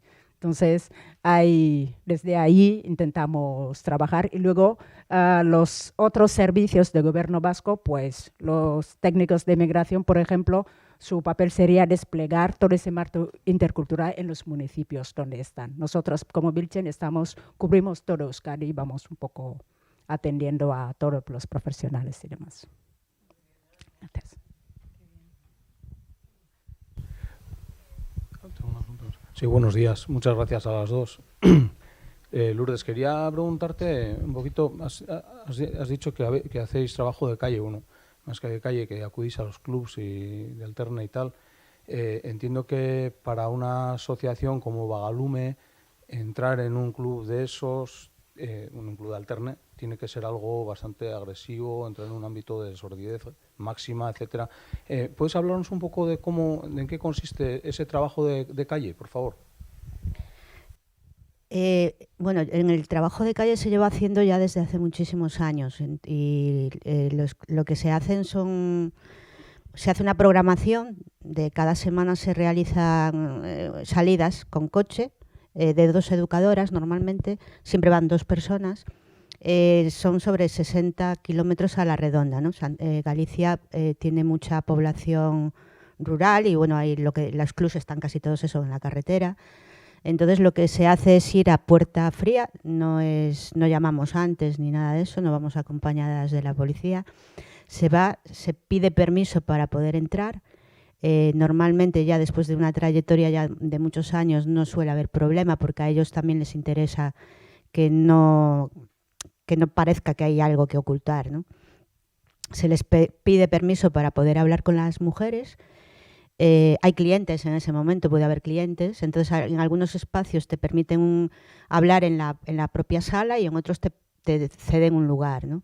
Y lo que se hace es repartir el material profiláctico y tarjetas como de visita, ¿no? Y ahí no es el mejor momento para poder preguntar nada, ¿no? Es un momento de contacto. Entonces ahí es donde, bueno, llámame un día si quieres, lo de empadronamiento, por ejemplo, es una manera muy fácil para que se acerquen después al centro y a partir de ahí es cuando es ese primer contacto. El club hoy en día es mucho más fácil de entrar porque legalmente es más visible. Aunque, bueno, legalmente no, esto es la hipocresía legal, ¿no? Que el club, la prostitución en España es alegal, no es legal ni ilegal, es alegal. Entonces los clubs de carretera normalmente lo que son lugares de hostelería a nivel, o tablaos flamencos, que también están dados de alta como tales, ¿no? Entonces es como una gran hipocresía que todos estos locales no tengan realmente una mujer cuando está dentro.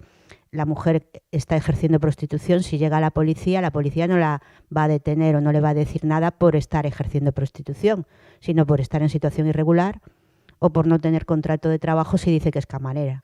Le preguntan qué hace allí y ella dice que está hospedada en el piso de arriba, ¿no? Es totalmente surrealista. Entonces lo que hacen es que, por eso permiten también el no ocultar nada. Los pisos son más complicados, los pisos son lugares privados donde lo que hay dentro de un piso, primero tienes que hacer un ejercicio, un trabajo mucho más arduo, porque significa estar llamando a los pisos para pedir una cita, para ver si te dejan entrar. Al llegar al piso puedes ver a las mujeres o no verlas, con lo cual también ahí puede haber de todo. No sabes realmente cuál es la situación en la que viven muchas veces. Incluso después de tener una cita en el piso puede que no te dejen entrar. Hoy en día la mayoría de los casos de explotación sexual y de libro, digamos, se está dando más en los pisos que no en los clubs, ¿no? Los clubs están tendiendo más a la desaparición. El tema también de la ley que se espera abolicionista, se supone que van a acabar con ellos. Entonces mucha gente ya no monta un club de carretera. Creo que también el tema de la trata ha de alguna manera estigmatizado, entre comillas, a los locales de prostitución. No es como antes, que se veía como un negocio, hoy en día ya se ve como algo peor. Y entonces son lugares, eso, que en principio son lugares incómodos, muy incómodos, porque no solamente tienes que comportarte como una persona que va de visita. Entonces no dirías lo que te viene a la mente, aguantar a los clientes a veces también con las gracias o las bromas, ¿no? Que también se les da mucho por hacer cuando entras allí. Y después porque ves situaciones que realmente son incómodas. Ves cómo las mujeres, están ellas mismas tensas o ellas transmiten físicamente si el lugar en el que están es cómodo o no. A veces te ponen la música muy alta para que no puedas dialogar con ellas, o hay mujeres que no se te acercan porque no las dejan acercarse. Entonces, realmente es un lugar para ver mucho y para establecer ese primer contacto que permita más adelante poder abrir un espacio donde la mujer se pueda sentir después y poder contar cosas que realmente es donde sucede todo el tipo de delitos, ¿no? También. Hola, buenas. Como ha dicho Hilari, pues mil gracias, Jan, y mil gracias, Lourdes, ¿vale? Por vuestras intervenciones, vuestra aportación y vuestra transmisión de vuestra experiencia. Yo estoy actualmente acompañando Cáritas parroquiales en lo que es la intervención directa con personas que se acercan. En Cáritas también tenemos distintos proyectos, como tú has comentado un poquito, Lourdes, y tal, y tenemos nuestros criterios. Entonces, dentro de nuestros criterios también estamos en un momento de evaluación, ¿vale? De revisión. Estos criterios, a veces, esta manera de valorar, de juzgar, de cuantificar, por un lado te pueden dar objetividad y por otro lado te pueden dar inflexibilidad, ¿no? No sé cómo decirte. desde ahí. Entonces, yo, bueno, escuchándoos a las dos, ¿no? Jan, tú has comentado, ¿no? La riqueza que tenemos. O sea, yo me voy a centrar en el tema de la mujer, no de otros aspectos. Entonces, bueno, a nivel cultural, a nivel familiar, a nivel formativo, tenemos una serie de condicionantes y somos como somos por todo eso que nos marca, ¿no? Y por todo eso que nos hace tener esa identidad, ¿no, Jan? Entonces, tú también has dicho, tenemos una libertad para elegir. Yo también me pregunto, o sea, y lo has dicho muy claro, ¿no? A veces no hay que hacer asistencialismo, sino escuchar y dejar libremente a la persona, a la mujer, en este caso a la mujer, vuelvo a incidir, que se exprese y que decida, ¿no? Hace falta una justicia social desde ahí, vale. Con Lourdes también me quedo con, bueno, con las personas. También tenemos una decisión personal y la tenemos que tomar, ¿no? Desde ahí. Entonces, no voy a entrar en el tema del feminismo, como tú has dicho también, Lourdes, porque sería extendernos, pero bueno, sí que es verdad que estamos dentro de una iglesia que a nivel de género pues tenemos nuestras discriminaciones, aunque tengamos nuestra identidad, nuestras creencias y sigamos creyendo en ello. Pero la mujer tenemos el lugar que tenemos. Entonces, dentro de lo que es la revisión un poquito de nuestros criterios, tanto a nivel de las Cáritas parroquiales, de los proyectos, yo sí os preguntaría, o sea, es una pregunta concreta, o sea, dentro de todo lo que puede suponer este debate, pero una pregunta concreta. ¿Tenemos que seguir teniendo, y es necesario que sigamos teniendo, una discriminación positiva hacia la atención de la mujer? No sé si me explico, es decir, bueno, dentro de eso, o sea, tanto para ti, Jan, como para ti, Lourdes, nosotros también tenemos, por ejemplo, el proyecto Miriam, etcétera, pero es necesaria hoy, siglo XXI, en el tiempo en el que estamos, dentro de la Iglesia y tal, ¿es necesaria esa discriminación positiva? ¿Y por qué? O sea, sencillamente, sin más. Bueno. Ha sido una intervención cortita, pero te hemos dejado, Gurutze. Os ondo, eskerrik asko.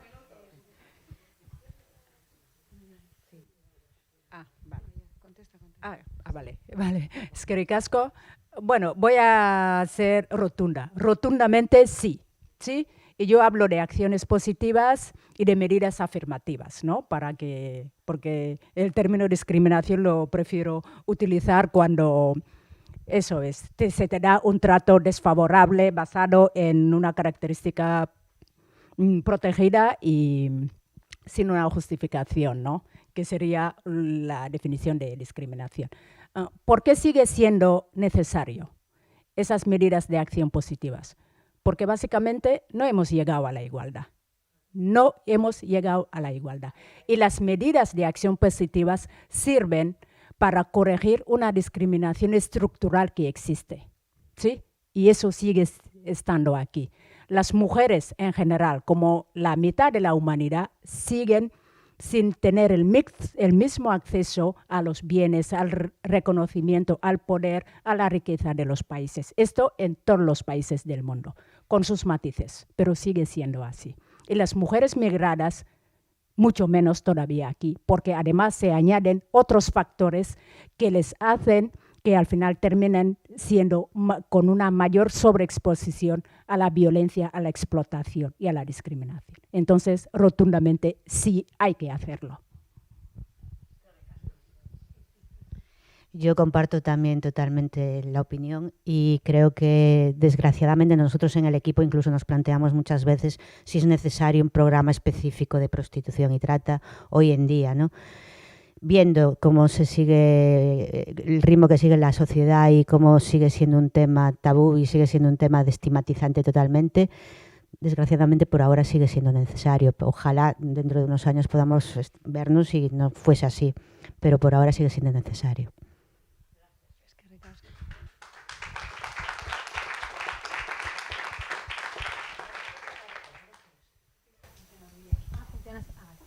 Bueno, nada, yo quería agradeceros a las dos vuestra intervención, creo que es muy pertinente y sobre todo que da unas pistas muy importantes para nuestra labor diaria, ¿no?, en la intervención. Y mi pregunta va para Lourdes. ¿Ahora? ¿Así? Ah, vale. Mi pregunta va para ti, Lourdes. Bueno, has hablado de la prostitución, ¿no?, en 2 ámbitos concretos, ¿no?, sobre todo en los pisos y en los clubs de alterne. Entonces, quería preguntarte a ver si podías profundizar un poquito en otro perfil o en otros modelos de prostitución que a lo mejor no son tan, digamos, ¿no?, que están tanto en el imaginario, ¿no?, pero que están como más ausentes o más ocultos, digamos, ¿no?, y que hoy día con las nuevas realidades de las redes sociales y demás, pues se están viendo, ¿no?, se están dando y en algunos recursos nuestros también yo creo que hay mujeres que puede ser que también estén en esa, ¿no? Entonces, no sé si nos puedes dar algunas pistas de cómo está eso y cómo intervenir en caso de que os llegue allá a Bagalume. ¡Qué ricasco! Bueno, el tema de la prostitución a través de las redes sociales, sobre todo, que es la prostitución que últimamente está emergiendo y al mismo tiempo es la más oculta y de más difícil acceso a ella, ¿no? Es muy complejo en los equipos que trabajan con programas de prostitución acceder a esa nueva realidad, lo que se llama prostitución deslocalizada, ¿no? Necesitas muchísimo tiempo y formación para poder acceder a ella.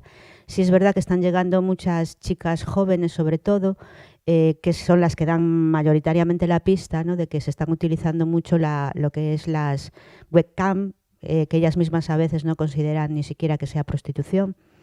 Y un poco también el tema de las parejas que explotan a estas chicas a través de esas webcam, porque creen, o como se hacía antes, un poco que era con la prostitución sobre todo de Rumanía, que era con el lover boy, ¿no?, que era como el enamorado que se traslada con la mujer a un país, la explota de esta manera y al mismo tiempo le hace ver que esto es un trabajo donde es para salir adelante, ¿no?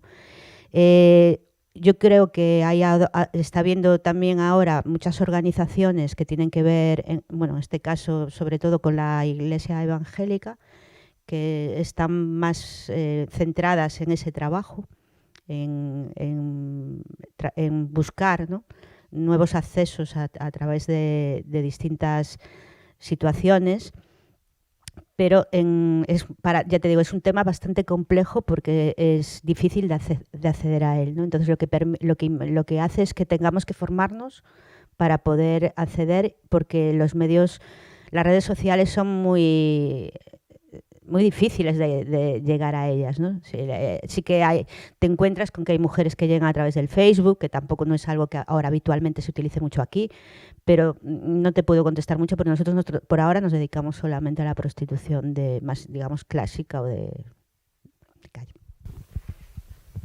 Vale. Tenemos la última pregunta. Muchas gracias. Quiero hacer una pregunta ya como a nivel político. No sé si ustedes saben o tienen representación o qué saben de representación ya a nivel político, pues porque es arriba donde se hacen las leyes y las normas que tienen que ver con los derechos de nosotras las mujeres. Se sabe que en el ejercicio de político la mayoría son hombres y son ellos los que legislan por nosotras, ¿sí? En materia de prostitución, pues no lo digo yo, pero lo dicen los datos y así a grosso modo, pues a mucha gente le conviene que la prostitución siga estando como en un ámbito ambiguo de no es legal, pero tampoco es ilegal, porque hay gente que se está beneficiando de esto, no solamente de la prostitución, sino de todo lo que trae la prostitución, que es todo el tema de consumo de drogas y venta de sustancias estupefacientes. Entonces, igual con los medios masivos de comunicación, que finalmente ejercen un poder de adoctrinamiento con el lenguaje que ellos están ejerciendo de lo que es la población migrante, ¿no? Y son ellos los que están dictándole a la gente qué migrante es bueno y qué migrante no es bueno.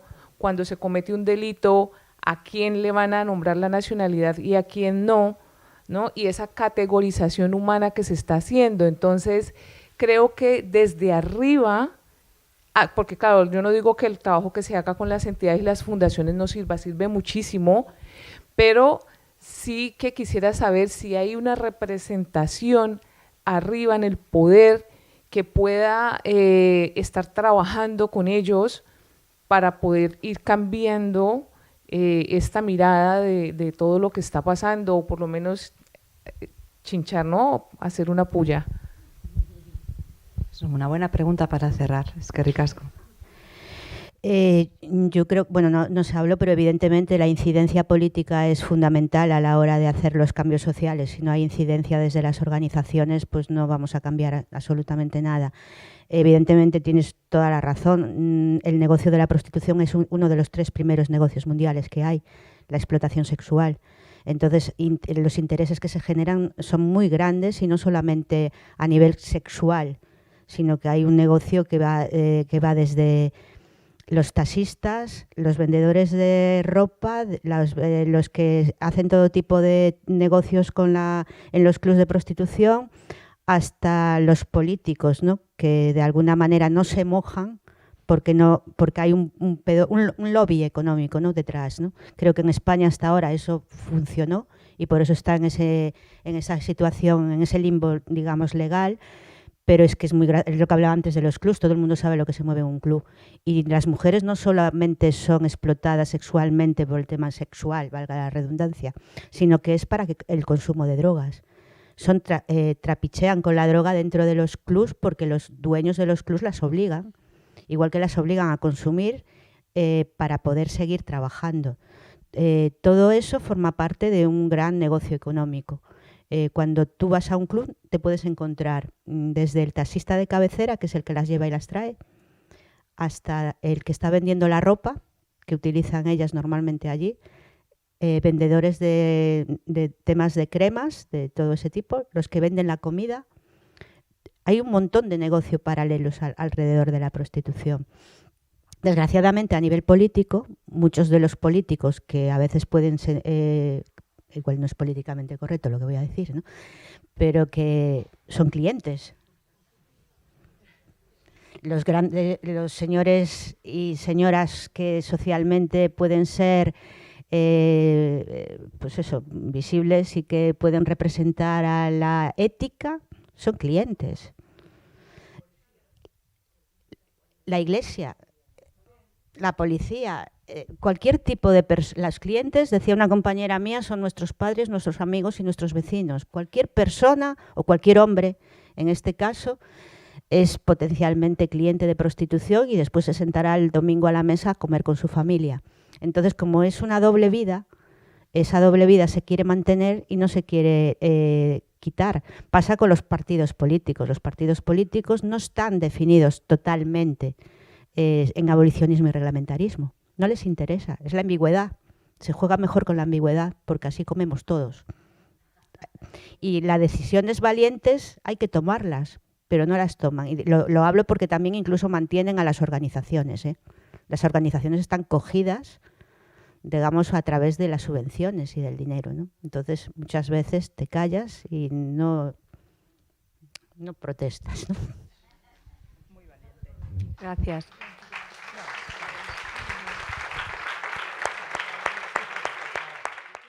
Bueno, pues como decía, vamos a empezar esta segunda mesa. Está con nosotras Geraldine Céspedes. No sé si pronuncio bien tu nombre, ¿sí?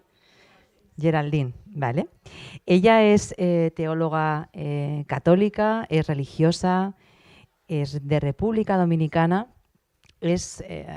Bueno, yo la he leído en Concilium, en una revista también sobre teología y cuidados.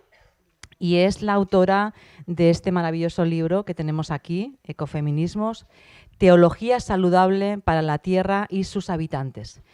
Tenemos un amigo en común, Fidel García, que ahora es el presidente de Justicia y Paz en España, y es un poco la persona que, ¿no?, cuando yo le conté quiero organizar una jornada de este tipo y quiero que las mujeres de la Iglesia también tengan su lugar y su voz, y también, ¿no?, desde una perspectiva constructiva, crítica. Y entonces me dijo claramente, pues tienes que llevarte a Geraldine, ¿sí? Ella contará un poco también su trayectoria. Yo creo que la conozco poco, aunque la haya leído, pero sí os puedo decir que me parece un testimonio vital, ¿no? Yo creo que cuando la he llamado siempre me ha cogido el teléfono, aunque estuviera en Angola o cruzando Etiopía, y eso, ¿no?, nos da también un poco la medida de la accesibilidad y también del lugar que ocupa en el mundo, ¿no? Es una misionera y desde ahí también es testimonio. Yo te hago una pregunta y luego ya todo tuyo, ¿vale? Esta mañana hemos estado escuchando a Jean y a Lourdes, ¿no?, hablar de las mujeres, del trabajo que tiene que hacer Cáritas, que es el trabajo que también hace la Iglesia, y tu papel aquí, más allá de, ¿no?, todo lo que nos vayas a contar, pues es, bueno, y en esto, ¿no?, la Iglesia, ¿qué más, ¿no? ¿Qué más dice? ¿Qué más hace? ¿Cómo estamos llamados y desde dónde estamos llamadas a construir ese cuidado? Geraldine no solamente tiene teología feminista, podemos decir así, sino que también la ecología es uno de tus principios y de tu trabajo, y bueno, pues desde ahí todo tuyo. Gracias por venir y acompañarnos. Eskerrik asko. Buenos días a todas, a todos, y muchísimas gracias de verdad por un privilegio de estar aquí, y sobre todo esta mañana que hemos tenido esta mesa tan nutrida, tan cuestionante, ¿no? Creo yo, por lo menos, que estaba ahí sentada escuchándole a Lourdes y a Jean, y muy cuestionada, muy tocada, porque también nuestra procedencia hace que se sienta muy fuerte, porque también soy de un país de origen de prostitución, de origen de la trata, y mi vida misionera como misionera dominica del Rosario se ha desarrollado mayoritariamente en Centroamérica, en Guatemala concretamente, donde he estado la primera vez 9 años, la segunda vez 9 años también, y es un país que es un cuello de botella porque es el país de tránsito de la prostitución. Y después he estado en otros, aquí también he trabajado en España, y muy fuerte como país también de destino, ¿no? De la trata, de la prostitución, y ha sido, eso es muy fuerte, o sea, me ha tocado muchísimo. Así que gracias por vuestro trabajo, vuestro compromiso, y a Cáritas de Guipúzcoa, yo creo que también como todo el riesgo de invitarme para este ratito aquí. Yo quiero comenzar, bueno, me quiero centrar en lo que me pidieron, porque me daban ganas de hablar de muchísimas otras cosas, pero bueno, vamos al tema que ya está anunciado ahí, no me puedo desviar, ¿no? Y eso, entonces, quiero compartir en la mañana, concretamente desde la corriente ecofeminista, y como todo el desafío que eso implica para la Iglesia y para la misión, y precisamente, bueno, tú decías ahí del libro y de otras cosas que una escribe por ahí, pero en mi caso, el punto de partida siempre es la vida, y yo lo pongo ahí. Ya cuando una viene a escribir es porque ha vivido también como muchas cosas, es una experiencia, es una convicción, y sobre todo ya después de los años de trabajo con las mujeres, mujeres de contextos muy pobres, porque mi vida ha transcurrido en comunidades insertas de República Dominicana, de Guatemala, de México, y aquí en España cuando he trabajado ha sido en Leganés, y bueno, ahora estoy en otra cosa, que por eso es que estoy un poco nómada, que cuando me dicen dónde vivo y tengo que pararme a pensar, a ver, ¿dónde es que yo vivo? Entonces vivo en el mundo, como digo, ¿verdad? Porque pues me manejo de Timor para Angola para Filipinas, o para Guatemala, o para otros sitios, ¿verdad? Pero en cualquier lugar, no importa dónde estemos, lo importante es cargar siempre en tu corazón tus convicciones y tus opciones. Entonces, pues me da igual, porque creo que yo sé desde mi opción teológica y misionera para dónde tengo que empujar y con quién me tengo que conectar también. Pero muchas gracias, porque conectarme con ustedes me da mucha vida y mucha luz, mucha fuerza.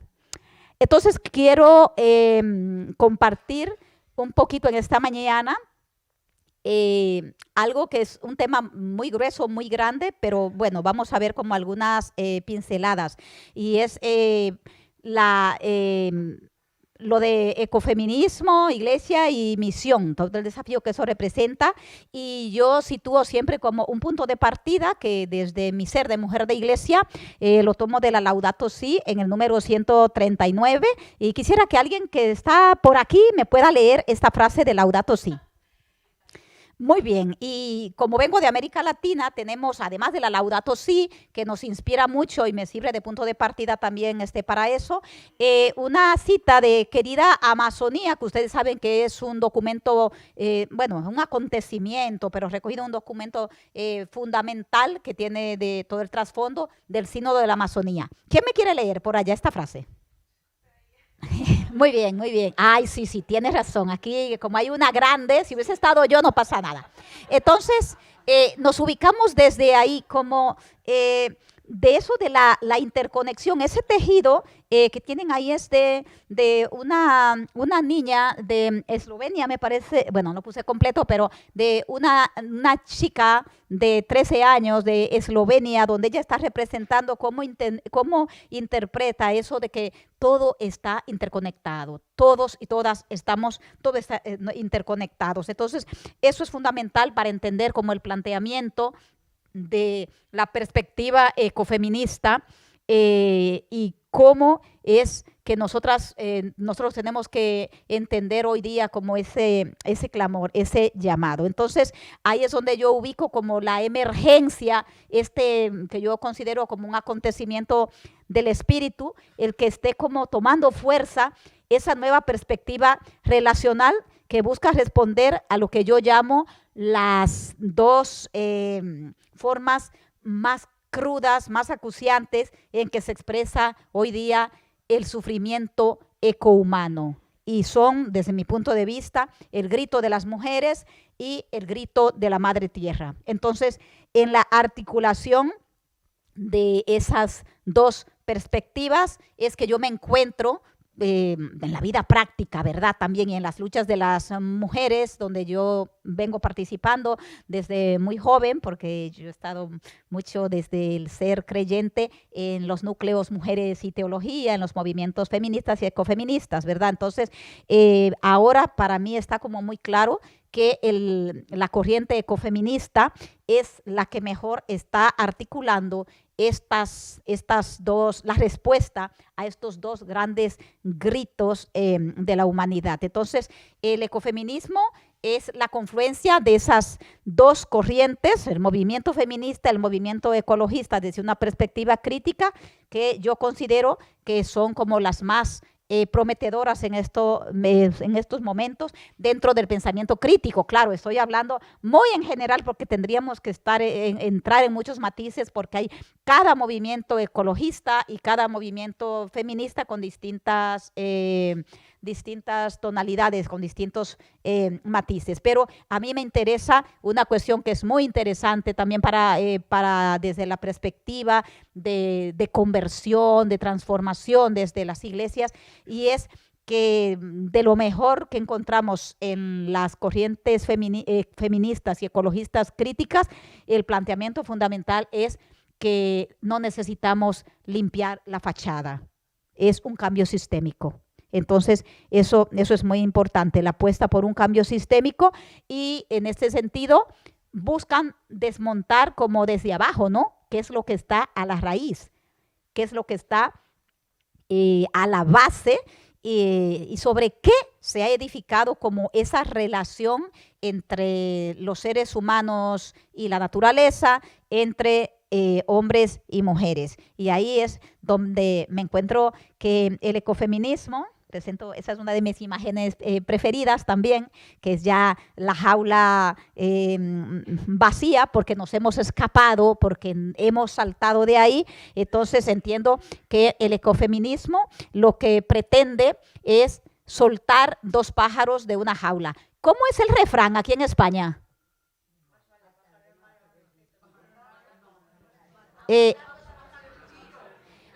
Oigan bien, Yo lo pregunto por si acaso es diferente que en América Latina o que en África. Vamos a matar 2 pájaros de un tiro. Eso es interesante porque el lenguaje es una cosa seria. En el lenguaje estamos diciendo mucho. Yo creo que Jean lo decía esta mañana también con el lenguaje racista y una pregunta que se planteaba desde aquí. Entonces, ese lenguaje androcéntrico, patriarcal, violento, está en la misma, en la vida diaria. Decimos matar 2 pájaros de un tiro. Pues el ecofeminismo busca soltar 2 pájaros de una jaula. Hasta lo digo. ¿Por qué?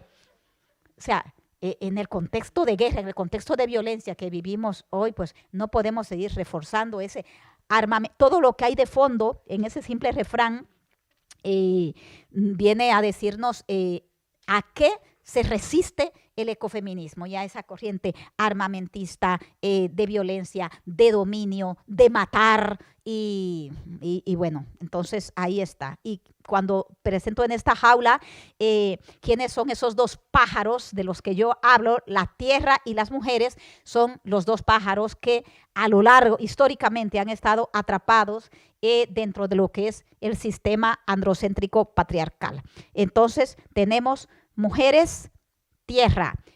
Claro, hay muchas organizaciones, muchas iglesias que trabajan por la madre tierra, por las mujeres, pero de manera desconectada. El planteamiento del ecofeminismo es el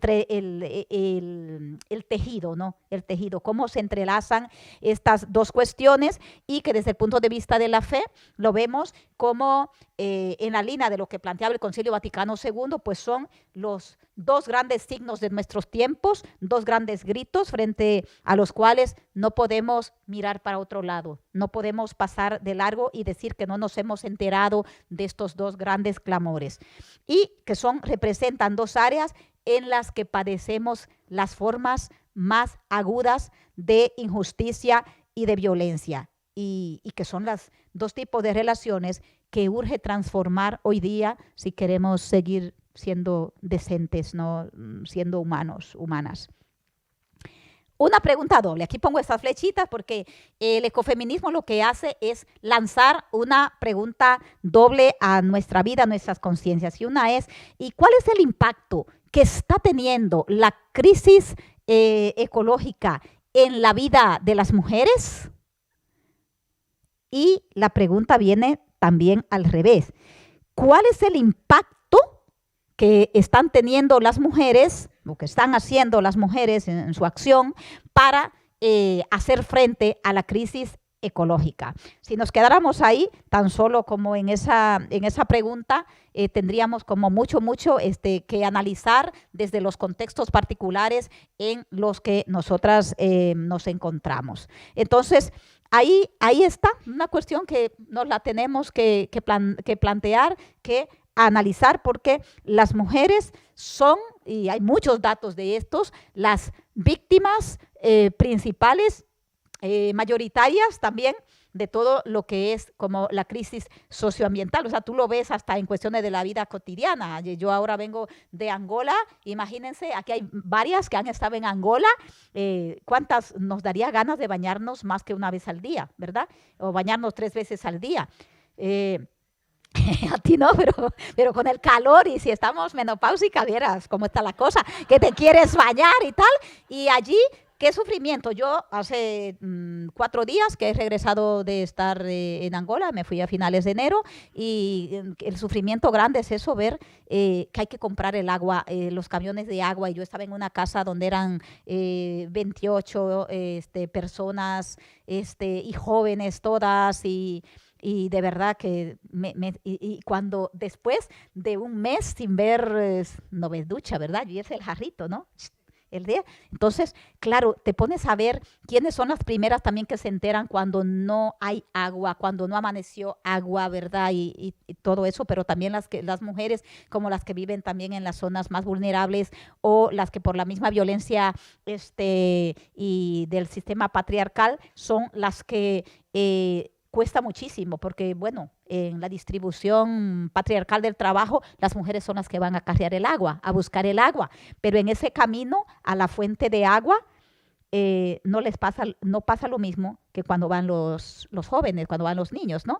Es el peligro ahora que pasa la moto y rapta una de las chicas, la violación, el cántaro de agua se va al suelo y todos los peligros que hay. O sea, que no hay que ver la película La Fuente de las Mujeres para enterarnos de eso, porque eso está ahí. Pero por otro lado también un signo de esperanza, y en muchos lugares está siendo articulado muy desde las iglesias, es que están siendo las mujeres como las que están como muy organizadas para la defensa de la madre tierra. En mi libro hablo de las mártires socioambientales. La mayoría de las mártires, por lo menos en Centroamérica, bueno, en todo Latinoamérica, pero también en otros lados, hoy tenemos que hablar de las mártires socioambientales, de las mujeres comprometidas hasta la muerte por la defensa de los ríos, por la defensa de la tierra, por la defensa de tengo cruzado mi lenguaje ahora, de los bosques, etcétera, ¿verdad? Entonces, desde la perspectiva ecofeminista, claro, tenemos que hacernos como una pregunta, porque hoy día la corriente, creo que dentro de las más radicales, la ecología profunda y la ecología integral desde la Iglesia Católica, mi pregunta es, ¿dónde están las mujeres? Porque yo he analizado todo, la Laudato Si, y he escrito y hemos publicado, tenemos una publicación por ahí, pero yo la pregunta es, ¿dónde están las mujeres? ¿Dónde están las mujeres? Porque nosotras damos hasta cursos de Laudato Si, muchas promovemos. ¿Dónde están las mujeres? Esa es la pregunta ahí crucial. Entonces, el ecofeminismo te deja ahí, te sacude y a ver qué pasa. El ecofeminismo, yo quisiera plantearlo porque mucha gente dice, bueno, ¿y qué? ¿Es de las teólogas, de laboratorio? Es una corriente ligada a las mujeres pobres y brota de las experiencias y de la práctica misma de la vida cotidiana de las mujeres. Ese es el punto de partida del ecofeminismo, y no es, puede ser, pues sí, una palabra que nos puede sonar nueva, pero es antiquísima. Después lo voy a desarrollar un poquito. Parte también de esa conciencia de la feminización de la pobreza, pero también la feminización de la lucha por mejores condiciones socioambientales, y de darnos cuenta que las mujeres son uno de los sectores que en la práctica está mucho más consciente de sanar el planeta. Yo he visto de verdad y muchísimas personas comprometidas con la justicia climática, y eso, pero a la hora de la práctica, porque bueno, se olvida después dónde compras, porque todo esto toca pues la vida diaria, la vida cotidiana, los hábitos de consumo. Entonces, lo que planteo, y que también en las iglesias, es cómo la teología ecofeminista, a la cual hemos llegado muy tarde, porque el ecofeminismo ya es muy antiguo, pero en la iglesia ya saben que nuestro ritmo, nosotros es como una apología de la tortuga, ¿no? Llega tarde la tortuga otra vez, y vamos un poco más lentos, pero aunque sea mejor tarde que nunca, es verdad. Hemos llegado un poco tarde, pero la veo desde aquí, desde ese enfoque creyente, como una propuesta muy acorde con la perspectiva de la centralidad de la vida y del Dios liberador, ¿verdad? Y como una propuesta saludable y liberadora para la tierra y de las mujeres. Y responde como a una carencia que se encuentra en un primer momento en estos dos movimientos, el movimiento ecologista, el movimiento ecologista, y es esta convicción que ya nos la dijo Alicia Puleo, al ecologismo le falta conciencia feminista, y al feminismo le falta conciencia ecologista, decía ella en un determinado momento, pero eso se va como articulando muy bien. Yo por lo menos muchos de los grupos en los que estamos se ha ido evolucionando de esa perspectiva de las cuestiones solo de la lucha de las mujeres, es decir, es la lucha por nuestro entorno, y por lo menos América Latina, de lo que hablamos siempre es la defensa del territorio cuerpo, territorio tierra, y eso es algo que desde la misma visión, la cosmovisión de los pueblos originarios, de los pueblos indígenas, eso es algo muy fuerte. Por eso recupero lo que dice para mí una de las personas ya como de las pioneras, ¿verdad? Y de las mentes más lúcidas en ecofeminismo, que es Vandana Shiva, que creo que estuvo aquí en el País Vasco no hace tanto, ¿no? Entonces, Vandana Shiva dice que ecofeminismo es un término nuevo para designar un saber muy antiguo. Esa conciencia como tan antigua, tan ancestral, de que necesitamos recuperar esa forma de relación armónica, respetuosa, reverencial también hacia la Madre Tierra. ¿Qué es lo que se plantea desde el ecofeminismo? Transformar la forma de estar en el mundo. Ahí tengo una frase de Victoria Camps, la voy a pasar porque sé que el tiempo es poco aquí, pero es eso como de la forma en que vivimos, en que nos estamos relacionando en el mundo los hombres y las mujeres. Entonces, esa perspectiva lo que hace es como analizar, porque primero nace como una herramienta de análisis y de ver cómo se articulan todo esto de la destrucción de la naturaleza y de la marginación de las mujeres. Y en casi todas las partes del mundo fueron las mujeres las primeras que descubrieron y que expresaron como ese dolor y que comenzaron a organizarse y a actuar contra la destrucción de la naturaleza. Y lo observaron primero en sus hijos, en sus niños, en las cuestiones de la salud. Desarrollo mucho en el libro como todas las pioneras también del ecofeminismo y cómo son mujeres sencillas que comienzan a darse cuenta, decir, pero ¿por qué la hierba no crece? ¿Pero por qué estos árboles? ¿Por qué nos hace tanto daño? ¿Por qué los niños con estas anomalías? ¿O por qué tantos abortos y tal? Entonces comienzan a darse cuenta y muchas comenzaron con un tocar de casa en casa y decir, y a tu niño le pasa esto. Entonces fue primero captar como esa situación que estaba enfermando a los árboles, a los animales, también la muerte de animales, ¿no? Cómo se atrofiaba ese crecimiento de los niños. Entonces, parte desde ahí. Después ya viene como una fase en la que hay como un análisis más profunda que toca hoy día ver, y que la cuestión tecnológica, que es otro paradigma que también hay que transformarlo, la cuestión de la ciencia, de la tecnología, que no son neutras respecto a la cuestión de género. Bueno, en América Latina ya pongo ahí que muchas de las organizaciones pues han evolucionado de ser organizaciones de promoción de la mujer, de las mujeres, ecofeministas, de feminismo comunitario y todo esto, a una conciencia ecofeminista. Es decir, no podemos caminar y hacer nuestra lucha desarticulándonos de este grito de la tierra y de este grito de las mujeres. Entonces, yo vengo de un crecer en las comunidades eclesiales de base y de trabajar en las comunidades eclesiales de base de América Latina y de la teología de la liberación. Hasta ahora hemos sacado el último libro que se llama Susurros del Espíritu, ¿verdad? Que es como la densidad teologal de los procesos de resistencia y los procesos de liberación. Entonces, pero claro, en la misma teología de la liberación hay un momento que es un olvido de las mujeres y todos los que salen son los hombres. Ahora ya las nuevas generaciones de la teología de la liberación tienen otras características, pero, por ejemplo, de esas que crecimos, que la liberación, la opción por los pobres, pero decimos, no se puede hablar de la opción por los pobres sin incluir las más pobres entre los pobres, que son las mujeres, y, como dice Leonardo Boff, la madre tierra como la pobre también, no porque sea pobre, sino porque la hemos empobrecido a lo largo de la historia. Entonces, el ecofeminismo es una resistencia, es un grito de resistencia, una oposición como a esa apropiación que hace el patriarcado de la agricultura y de la reproducción, de los cuerpos de las mujeres y del cuerpo de la tierra. Y esta apropiación tiene dos efectos terriblemente dañinos, crueles para la naturaleza y para las mujeres, que es la sobreexplotación de la tierra.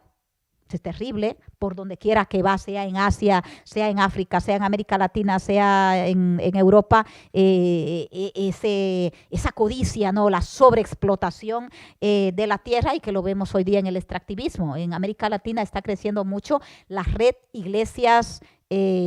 iglesias contra el extractivismo. No solamente el extractivismo, estoy hablando de minería. No estoy hablando solamente de todo lo de los mega cultivos, ¿cómo se llama? el monocultivo, así, los monocultivos, sino también el extractivismo intelectual, también extractivismos a otros niveles. Y el otro efecto pernicioso es la mercantilización de la sexualidad femenina, cuya expresión más fuerte está ahí en el fenómeno de la trata y de la prostitución. Yo creo que el ecofeminismo, sobre todo, es una lupa. Es una lupa, es una herramienta de análisis, y las percepciones que tenemos cuando usas esta lupa ecofeminista es que vivimos en un mundo de unas relaciones desajustadas, por decirlo de alguna manera. Como soy creyente, tengo que llamarlo por su nombre, son unas relaciones de pecado. Y ahora estamos en Cuaresma, viene bien. Miren, un misionero carmelita, que lo voy a visitar mañana, ¿verdad? Vamos a visitarlo, ha trabajado mucho en Guatemala.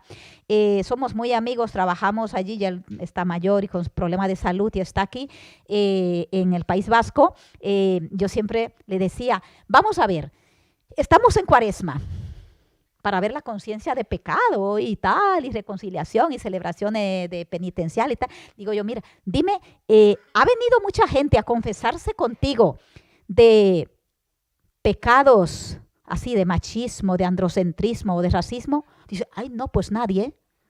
Digo yo, Dios mío, nadie. Le digo yo, ¿y de pecados ecológicos? Nadie. Que eso no lo vemos como situaciones de pecado, sino es normal y seguimos consumiendo, seguimos contaminando y nadie. Y somos muy creyentes y muy católicos, ¿no?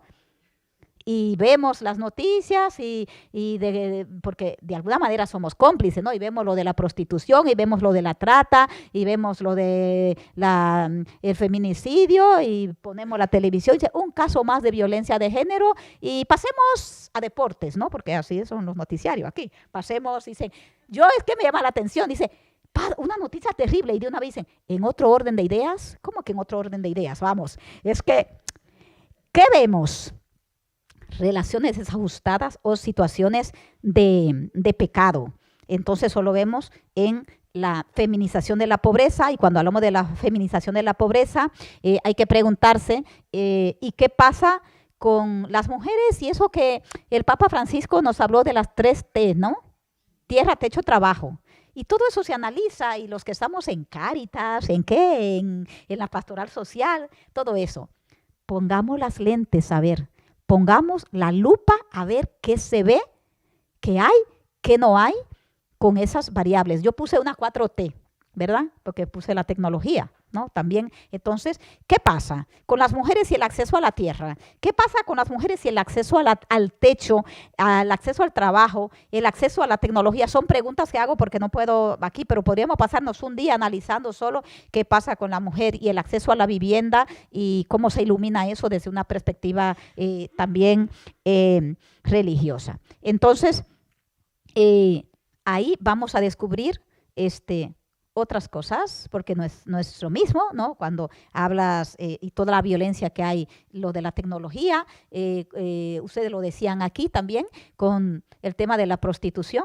Y yo hace muchos años ya, pasando por mi tierra, por Dominicana, que me decía una catequista, el gran descubrimiento aquí, mira, cuando dicen, ay, las chicas ahora, mira, que no salen como antes, que están aquí en la calle, mi hija, tranquila, solo está en su cuarto con su tablet, con su laptop, ahí tal. Y ella misma descubre que se está prostituyendo y que va por enseñar un seno, no sé cuántos euros, el otro seno, de aquí para abajo y de aquí a hacer no sé qué. Todo eso, ¿verdad? O sea, la tecnología es terrible, y porque también es a través de la tecnología que se anuncia que si quiere ir a paraísos no solo fiscales, paraísos sexuales, entonces mira, ahí te lo venden y el paquete está incluido y vas a Dominicana y tú eliges de esta fila de qué edad quieres la chica o el chico. Y así, y está toda la prostitución infantil también, eso. Entonces, ¿cuál es este dominio de la tierra y de las mujeres? Como yo digo, bajo el sistema del patriarcado y del mercado, por un tema económico, un tema de dominación, se sostiene con desde ese sometimiento y violencia, desde esa apropiación del territorio cuerpo y del territorio tierra. Lo que decía, esa mercantilización de la sexualidad femenina y de la política del extractivismo lleva a las dos formas más extremas de violencia hacia la tierra y hacia las mujeres, que son el feminicidio y ecocidio. Y hay muchísimos casos de esto, de cómo se dan. Claro, se habla poco de esto. Es interesante ver lo que está ahí a la base de esta visión depredadora de la tierra y de las mujeres, que es todo el sistema económico y todo un planteamiento. Estamos afectando tan fuertemente, impactando en la destrucción de nuestra casa común, que ya dijimos, los analistas hablan, ya pasamos de era, estamos entrándonos en lo que se llama la era del antropoceno. ¿Qué es eso? Devorar, como se está comiendo ahí este hombre la tierra. ¿Qué está a la raíz de todo eso? El patriarcado. Estas son dos imágenes que una es de Guatemala. No es un caso aislado, se llama patriarcado, ¿no? Para ayudarnos a entender esa visión sistémica. Y esta es de aquí, de Guatemala, de España, porque por supuesto en Guatemala la palabra joder significa otra cosa y aquí otra, ¿no? Entonces, como dice ahí, el patriarcado nos jode a todos, a hombres y a mujeres, y deshumaniza y tanto a las mujeres como también a los hombres. Pero a lo que vamos, esta imagen es una de mis preferidas, ¿verdad? Para entender como toda esa visión que está a la base. La pirámide se ve poco, ¿no? Ah, no, sí se ve aquí. Muy bien, ahí tenemos toda esa visión jerárquico-piramidal, muy alimentada también dentro de la iglesia, porque las religiones sostienen todo esto. Entonces, esta mujer que ya la vemos está ahí, tierra, naturaleza, y la cuestión del dinero, ¿no? Porque esto es una cuestión económica. Entonces, es desde ahí que la conversión, eso que hablamos de conversión, del cambio de mentalidad que necesitamos hacer, y que también aparece en algunos documentos de la iglesia, la necesidad de cambiar de la visión antropocéntrica. Perdón, me fui antes de tiempo. El antropocentrismo. Sí, en la Laudato Si, por ejemplo, se ha hablado mucho de esto. Ya con androcentrismo no. ¿Y por qué? Eso ya topa algo serio, porque, bueno, nos tendríamos que meter en cuestiones de la iglesia, y ustedes saben que el patriarcado eclesial es mucho más fuerte y más difícil de derribar que el patriarcado así a nivel sociopolítico, porque Dios está de por medio. Ustedes saben ahí, ¿verdad? Dios, y la imagen de Dios que manejamos. Una cuestión, sí, es que eso es más difícil, es que yo lo he hecho, es en la práctica, porque mira, yo tantos años que hemos trabajado, por ejemplo en Guatemala, Núcleo Mujer y Teología, con mujeres de la base, y cuando ya alguien ha alcanzado autonomía económica, autonomía tal, una mujer tal, ¿dónde topamos? Con la imagen de Dios. ¿Dónde topamos? Con la cuestión de lo que la iglesia me dice, me predica y tal. Entonces necesitamos pasar de ese esquema. Esta es una imagen, seguro que muchas la hemos visto cuando hemos estudiado, la jerarquía de los seres. ¿No fue así? Que a mí por lo menos me enseñaron la jerarquía de los seres. Y ahí está, quiénes son más importantes, en esa pirámide. Y bueno, eso entonces justifica que el ser humano explote y sea depredador, contamine, tal, pero especialmente ¿quién está arriba? El ser humano varón, o sea que la mujer está ya pero entonces aquí está otra propuesta de una visión circular que nos está hablando, hay que pasar de esa visión androcéntrica y antropocéntrica, que no es más que egocéntrica, y pasar a ¿qué?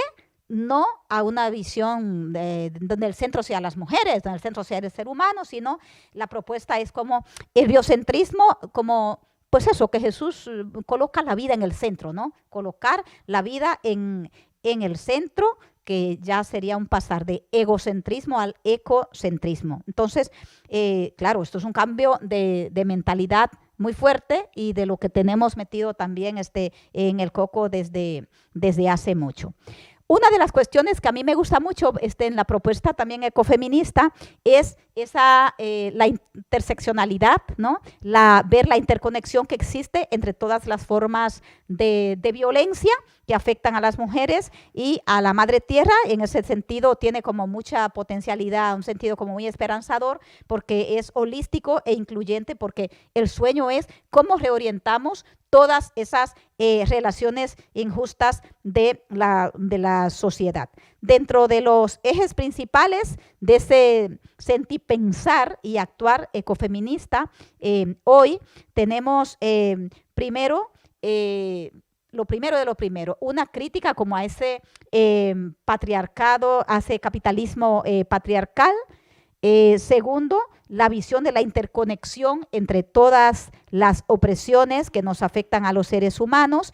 Y el tercero es reorientar como ese paradigma relacional, una nueva forma de relaciones donde busquemos como esa sustentabilidad ecológica y social, y donde tengamos ese cuidado de la biodiversidad. Ivonne Guevara, que es una de mis maestras también, ¿verdad? Así, ella habla también la biodiversidad religiosa, ¿no? Para oponernos como al monocultivo teológico, al monocultivo eclesial, religioso, y atrevernos con la diversidad también y gestionarla desde otra visión. Y la propuesta como de una democracia radical, sé que es un término que está como muy gastado y tal, pero va muy en la línea de una sinodalidad cósmica, que es de lo último que he escrito, de una sinodalidad cósmica en el sentido de la inclusión de todas y todos. Yo estoy en el Sínodo de las Mujeres, ¿verdad? Ese movimiento estamos también la de la revuelta de las mujeres, y el lema del camino del Sínodo de las Mujeres, el Consejo de Mujeres Católicas en el mundo es: todas las voces cuentan.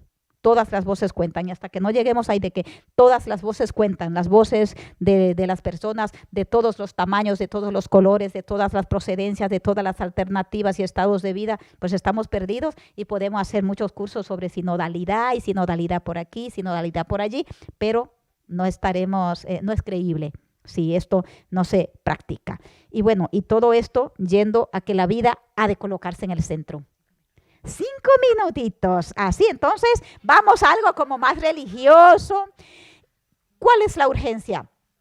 La urgencia de hacer esa metanoia, esa conversión ecológica y de género, convertirnos al cuidado de la casa común y de la justicia en las relaciones humanas. Esta mañana salía esa pregunta ahí. Tenemos que la discriminación positiva, que ya lo aclaramos, que es verdad que eso no procede mucho como hablarlo. Dicen, miren, en la situación en que estamos, necesitamos, las dos compañeras que me precedieron brillantemente lo expusieron, y yo estoy de acuerdo con eso también. Claro, en esta búsqueda de esa respuesta al grito de la tierra y al grito de las mujeres, hay un tema clave yo lo hago desde un enfoque claro, desde mi área teológica, es que una cuestión crucial es el cambio de nuestra imagen de, no sé, Dios, diosa, porque claro, hemos masculinizado tanto, pero ¿qué imagen tenemos de los seres humanos, de qué es ser hombre, qué es ser mujer, y cuál es esa imagen de la divinidad? Porque esa imagen de un Dios masculino, lejano, todopoderoso, omnipresente, omnisciente, ha debilitado mucho como un sentido también de la sacralidad de la naturaleza y de la sacralidad del cuerpo de la tierra. Yo creo que de los cuerpos de las mujeres, cuerpo de la tierra. Entonces, por eso digo, necesitamos una imagen de Dios para una nueva era, ¿verdad? Una era que le llamamos ecozoica, y para un tiempo como de inclusión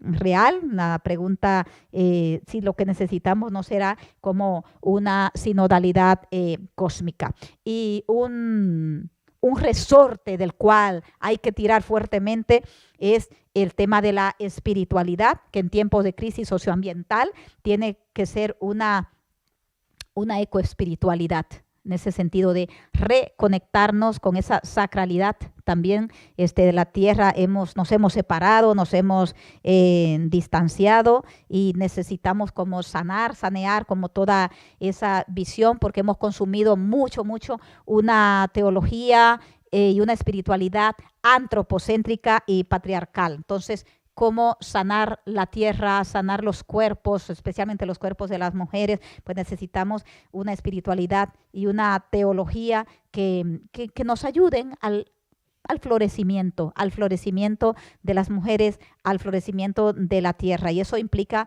que nosotros también tenemos que ver cómo armonizamos la ecojusticia y el ecocuidado, y nos encaminamos también a eso que llamo yo una visión que tiene que empezar desde el interior, desde nuestras cabezas, nuestros corazones. Esa revolución interior empieza por ahí, pero debe tocar las estructuras, las estructuras sociopolíticas, religiosas, los sistemas, y encaminarnos también como a una ecopolítica desde ese sueño que tenemos. Entonces, termino diciendo que toda esta visión tiene que concretarse en una vida y en un estilo de vida y en una práctica transformadora en la que armonicemos como todo esto. Por un lado, la lucha va por un cambio sistémico, ¿no? Pero cuando el cambio sistémico y el sistema casi nos aplasta, pero hay que apostarle al cambio sistémico, pero hay que ir colocando en el camino pequeñas señales. Y son personales, grupales, comunitarias, pequeñas señales donde digamos, esto sí es posible y lo vivimos en mi casa, en mi familia, lo vivimos en mi comunidad. Una compañera mía habla de crear oasis de lo contrario. Oasis de lo contrario. Es decir, crear espacios pequeños de resistencia donde practiquemos otra forma de comer, otra forma de vestir, otra forma de viajar, otro modo de relación, otra forma de romper como con todo esto, ¿no? Y bueno, yo creo que ya lo dejo ahí porque después hay muchos de esos espacios que podemos reforzar, fortalecer o crearlos si no existen. Y saber que en todo esto está de por medio siempre la fuerza femenina de Dios, la fuerza creativa, creadora de la Ruaj. Muchas gracias.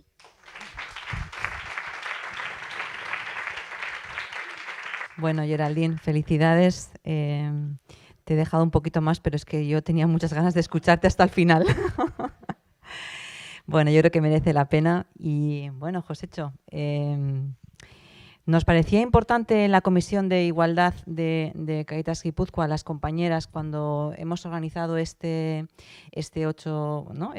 jornada vinculada al Día de las Mujeres, ¿no? Pues tu presencia en relación con, ¿no? Hemos hablado aquí de una forma, no sé si en paralelo, ¿no? Pero una forma residual un poco, aunque es muy importante, de los hombres, y nos parecía también importante dedicar un tiempo a, no sé si hacer preguntas que tuvieran respuestas sobre el papel que los hombres tienen en las estructuras de violencia, y quizás ya las hemos visto, pero quizás también sea importante, ¿no? Para esa construcción de la igualdad, buscar caminos donde los hombres también resuelvan seguramente algunas de estas cuestiones vinculadas a la violencia, ¿no? Josecho viene de Gizondus, que es una asesoría vinculada a Emakunde, con la que hemos trabajado en alguna ocasión con el tema de las masculinidades, y yo creo que en este sentido, bueno, pues le hemos invitado un poco a hacer este diálogo, ¿no? A creer que sí es posible que los hombres también transiten hacia espacios de igualdad donde puedan ser ¿no? seres humanos también vinculados al cuidado. Todo tuyo. Bueno, muchas gracias por la invitación y bueno, y a las ponentes que han estado antes, que me han resultado muy interesantes, ¿no? Gizondus es un servicio de Emakunde, digo por contextualizarlo si no conocéis, y porque lo que voy a contar es parte fundamentalmente de esa experiencia, no solo, pero fundamentalmente. que desde el 2007 nos dedicamos a impulsar estrategias, formaciones dirigidas a incorporar a los hombres a la igualdad y en contra de la violencia machista, ¿no? Yo lo que voy a hacer es, como dos partes más o menos, intentar, bueno, aclararnos, ¿no? aclararnos cuál es nuestra mirada cuando hablamos de los hombres, las masculinidades y dónde situamos hoy, ¿no? a los hombres y qué queremos decir con ello. Y luego algunas estrategias que nos han parecido interesantes, que nos parecen productivas en el camino de esa incorporación, ¿no? Bueno, la idea básica es que nuestra sociedad no va a cambiar si no cambia la mayor parte de la sociedad. Somos el 50%, situados en muchos lugares de poder, privilegio y ventaja, dependiendo de los contextos políticos y económicos, y en esa medida una idea básica es que la incorporación de los hombres ya no solo es necesaria, sino que es urgente, ¿no? Cuando hablo de hombres y masculinidades, yo creo que había que separar esos dos conceptos de lo masculino, el lugar que ocupa en las jerarquías sociales, en nuestras relaciones, porque no, esa idea no la construimos solo quienes nos identificamos con ser hombres, más allá de los cuerpos que tengamos, ¿no? Sino es una idea social, relacional, colectiva y asumida individualmente, ¿no? Por lo tanto, cuando hablemos de hombres, yo creo, y además en plural, luego diré por qué un poco, es, bueno, quienes nos identificamos con esa idea, que en principio puede ser bueno, malo o regular, si no generas desigualdades ni violencias, ¿no? Una identidad determinada, pues bueno, cada cual, ¿no? Sin embargo, en la relación histórica, lo masculino es lo que se ha situado, y lo masculino como algo que se asocia a lo que es un hombre tipo, además, ¿no? Un hombre blanco, de una determinada, con una movilidad determinada, ¿no?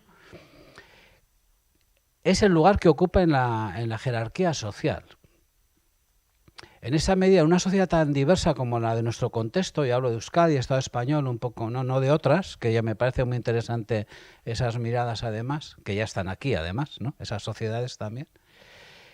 Voy a poner un ejemplo, ¿no? De cómo me parece que se puede definir eso, esa posición, ¿no? Y luego quién la ocupa. Y es el de Margaret Thatcher, ¿no? Que puede, en fin, digamos que no es una política de mi devoción, ¿no? Margaret Thatcher, cuando es primera ministra, en ese camino acude a un gabinete de logopedia para agravar su tono de voz, ¿no? Es algo que recoge Mary Beard, una historiadora británica excelente, yo os la recomiendo, feminista, porque el tono de voz del poder era el tono masculino, y tú, para acercarte a ejercer y ocupar el espacio del poder, tienes que ser masculino. Por lo tanto, hoy nos encontramos con un reto que es la necesaria participación de las mujeres en los ámbitos de decisión, la equidad, luego podemos hablar de las medidas, ¿no? Acción positiva, en sí mismas no solo consiguen la igualdad, salvo la equidad, si no se acompaña de un cambio de la eliminación de esa idea de lo masculino como la excelencia, lo mejor, la mejor forma. ¿Podemos analizar las intervenciones sociales que hacemos desde ese punto de vista? ¿En qué medida replicamos lo masculino como bueno para unos determinados lugares, puestos de trabajo, responsabilidades, actuaciones? Y entonces, ¿quién ocupa eso? ¿Y lo femenino quién lo ocupa? Yo creo que ese es uno de los elementos para mí que me resultan más importantes a la hora de hablar de los hombres y cómo intervenir y cómo llegar y cómo incorporar a la igualdad y contra la violencia machista, ¿no? Debatir sobre esa posición, ¿no? Y luego también una idea que ha salido en varias ocasiones, que es hoy a lo largo de la mañana, y que lo expresaba muy bien uno de los carteles que has puesto ahora, es que la socialización sexista nos afecta absolutamente a todo el mundo, nos identifiquemos como nos queramos identificar, como hombres, como personas trans, como mujeres, no binarios, género fluido, o sea, que todo eso hoy pertenece a nuestra identidad, sobre todo más reflejado en la gente más joven, ¿no? Pero todo el mundo tenemos normativas, obligaciones y límites a la hora de comportarnos socialmente, encajar en nuestras comunidades, encajar en lo colectivo, tener autoestima individual, ¿no? Y entonces, desde ese punto de vista, quienes trabajamos con hombres y con las ideas de masculinidad nos estamos encontrando, yo creo que ahora, con cambios importantes en nuestro, insisto, en nuestro contexto, en nuestro ámbito de actuación, que es que las identificaciones masculinas ya no son como las de antes, ¿no? Hay un estudio que se hace en el Estado español, en Euskadi bueno, a través de Guisondo se hizo el año pasado, se publicó el año pasado, que se llama La caja de la masculinidad, donde digamos que hay como 3 posiciones: fondo de la caja, así rápidamente, identificación con la masculinidad más tradicional, más alejada de la igualdad; borde de la caja, te estás saliendo pero no te has salido de la caja, tienes elementos, ¿no? Y fuera de la caja. Los resultados, cuando yo hago encuestas así, preguntas así a voleo en los grupos, cuando preguntas ¿cuánta gente, o sea, cuántos hombres hay dentro de la caja? Entonces, pensar un número, ¿no? ¿Cuántos responden a la masculinidad más tradicional, ¿no? Y bueno, ¿cuánta gente? Si queréis podemos hacer ese ejercicio, pensar un número de cuántos hombres identificáis con esa masculinidad tradicional, y ahora levantar la mano quienes penséis que están por encima del 50%.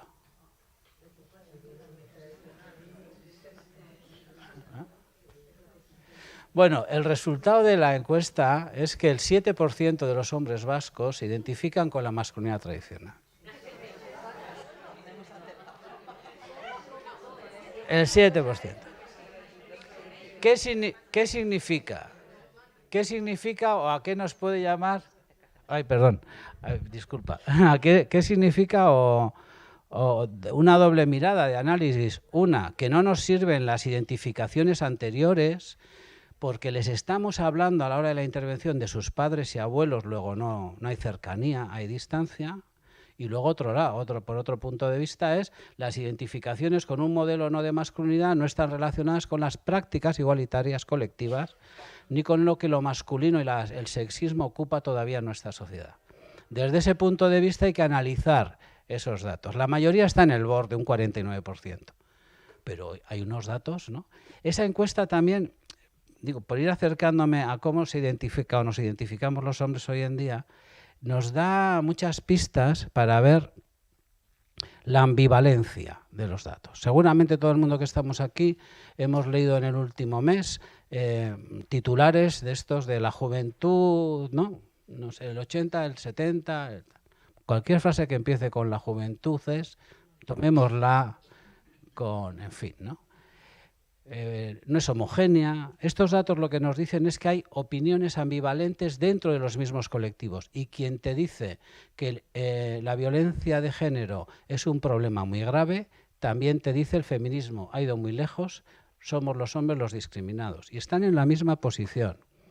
Digo porque me parece muy interesante a la hora de las intervenciones no pensar que estamos hablando con, los hombres como un grupo homogéneo, ¿no? Luego hablaré un poco de esto también, de lo que nos solemos fijar nosotros y nosotras en las intervenciones, sino también en relación a la identificación con la igualdad y contra la violencia machista y con el feminismo, que yo creo que tendríamos que, y esto es un debate que podemos hablar, ¿no?, sobre los feminismos y los debates feministas. En las encuestas se identifica igualdad con feminismo, que es la corriente social, política, ¿no?, que ha impulsado todos los cambios a favor de una, y con la que nos identificamos, ¿no?, de la justicia social, de los derechos de las mujeres, de los derechos de todas las personas afectadas por el género y demás derechos. Lo vamos a ver este domingo. El feminismo es antirracista, está contra la guerra, o sea que... Y sin embargo, uno de los elementos es que esa identificación en muchos hombres no se da. En las mujeres se da de una manera más importante. Están de acuerdo con la igualdad como idea, no están de acuerdo con las propuestas feministas ni con los debates feministas. Para tenerlo en cuenta, no es lo que nos sirve fundamentalmente. Entonces, tendríamos que intentar situar a los hombres, ¿no?, antes de ir a ver qué hacemos o qué proponemos, en una especie de escala, ¿no? A mí me gusta mucho, bueno, Rox Fuchs tiene un documento sobre el continuum de la implicación masculina por la igualdad y contra la violencia machista, que hace como esta tabla de colores, ¿no?, arcoíris. Entonces, desde los más resistentes a lo más activo, hay muchos grupos donde podemos identificar a los hombres con los que trabajamos, ¿no? No están a favor o están en contra. Y eso tiene que medir muchas veces nuestra intervención, porque moverte de una posición, pensar en otro elemento de justicia social, el ecofeminismo, moverte de una posición muy, muy, muy resistente a una posición muy, muy activa no se hace en un cuarto de hora, ni con un curso de 4 horas, ni con... ¿no? Y también requiere unos esfuerzos en los elementos hoy que están socialmente más resistentes, que agotan los recursos que podrían estar dirigidos a mover a quien está más cerca o avanzar una casilla, digamos, en esto, ¿no? Entonces, ese punto de partida para quienes estamos en el programa nos parece que es fundamental, ¿no? ¿Desde qué punto de vista tenemos que acercarnos? Y cuando digo tenemos, digo las fuerzas sociales, económicas, las instituciones, en el sentido más amplio, ¿eh? De las voluntades que quieren transformar esta sociedad. Desde el punto de vista de los derechos humanos, no estamos hablando de las mujeres, ni de los trans, ni de las... Estamos hablando de los derechos humanos de la sociedad que queremos construir. En esa medida es nuestro deber apropiarnos y sentirnos interpelados por esos derechos, ¿no? Para los que estamos en el programa, somos fundamentalmente hombres los formadores. El marco es el feminismo, los feminismos, como cada cual quiera determinarlo, sabiendo que hay corrientes feministas más favorables al trabajo con hombres. Bueno, habéis planteado varios debates que dentro del feminismo pues están muy abiertos, ¿no? Nos identificamos con esas corrientes feministas que impulsan y que están a favor del trabajo con hombres, pero siempre dentro de ese marco, ¿no? Teórico, práctico, de propuestas, ¿no? Otro elemento muy importante es el tema de la diversidad, ¿no? Hoy la identidad de ser un hombre, sobre todo en la gente más joven, ¿no? Frente a esas ideas de esta juventud y tal, yo creo que es la juventud hoy en día, a pesar de las contradicciones que hay, que tiene más valores igualitarios y más valores a favor de la diversidad que tenemos. Podemos charlar luego sobre ello, si os parece, ¿eh? Pero esa idea, ¿no? Las identificaciones son muy distintas en cuanto a la orientación sexual, el nivel de hombres que se identifican con ser gays, bueno, de mujeres con ser lesbianas, de bisexualidad, de no me identifico y ya veré qué hago, de valores muy importantes, ¿no? Esa diversidad yo creo que la tenemos que contemplar a la hora, ¿no?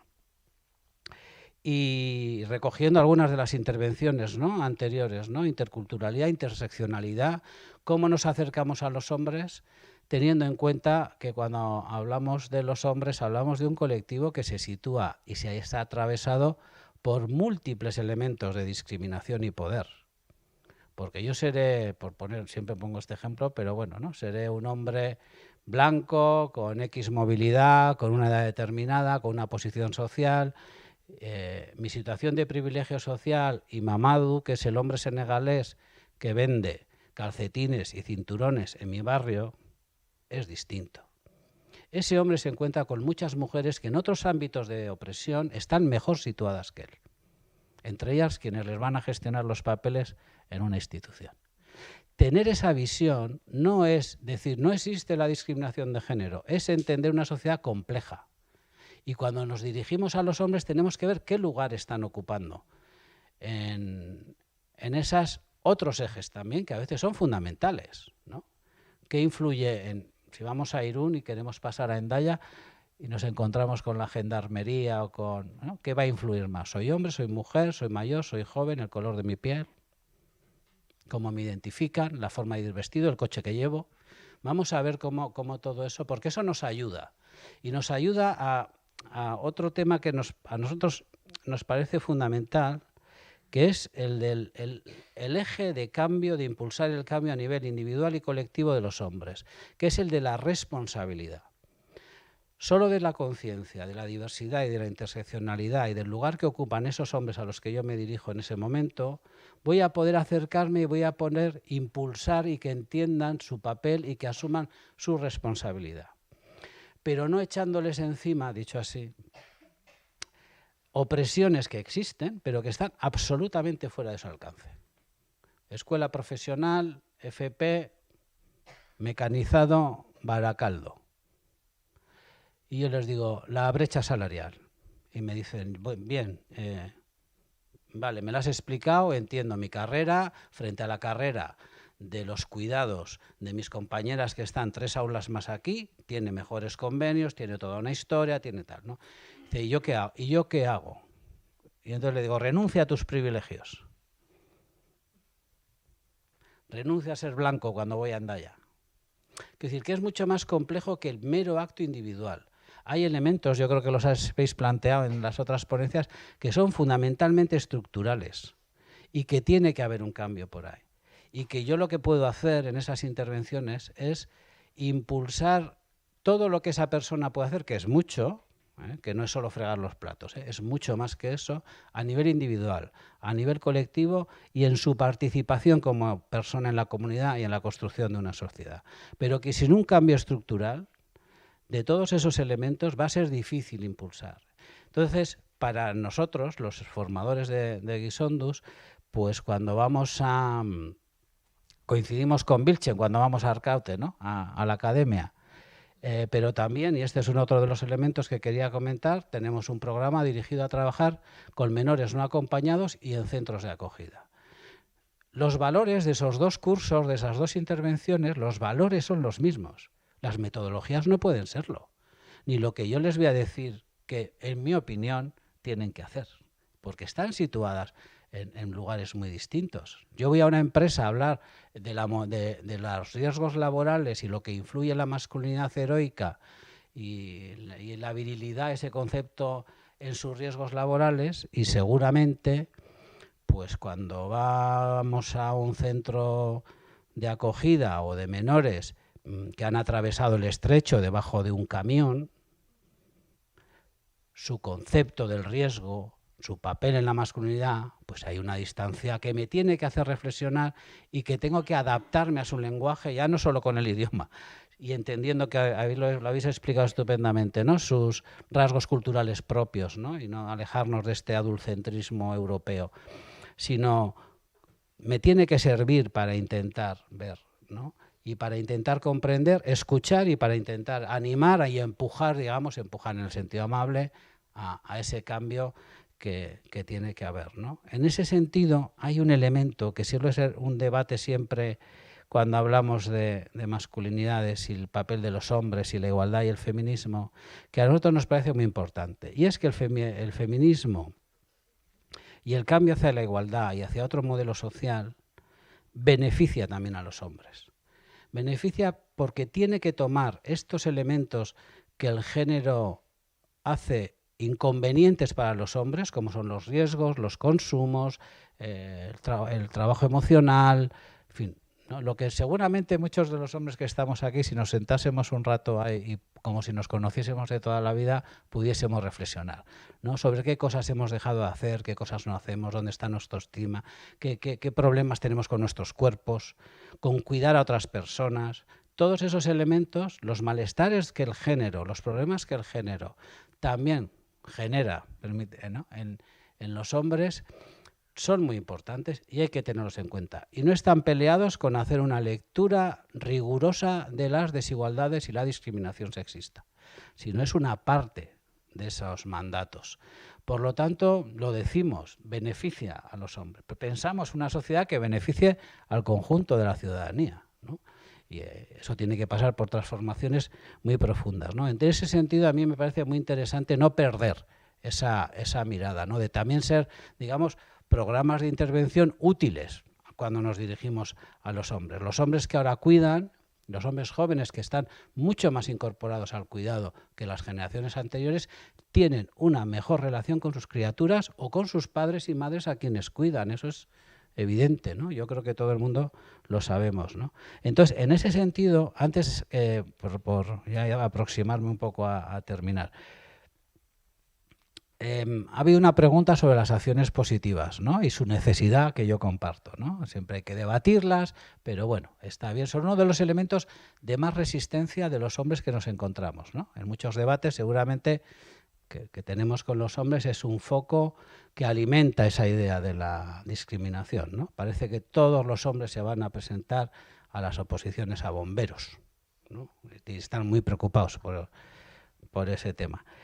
Pero es que la ley de igualdad que se aprobó en el 2022-23, bueno, la actual ley de igualdad vasca en contra de la violencia machista, para la desaparición de la violencia machista, introduce por primera vez la posibilidad de hacer acciones positivas dirigidas a los hombres para su incorporación a los elementos del cuidado.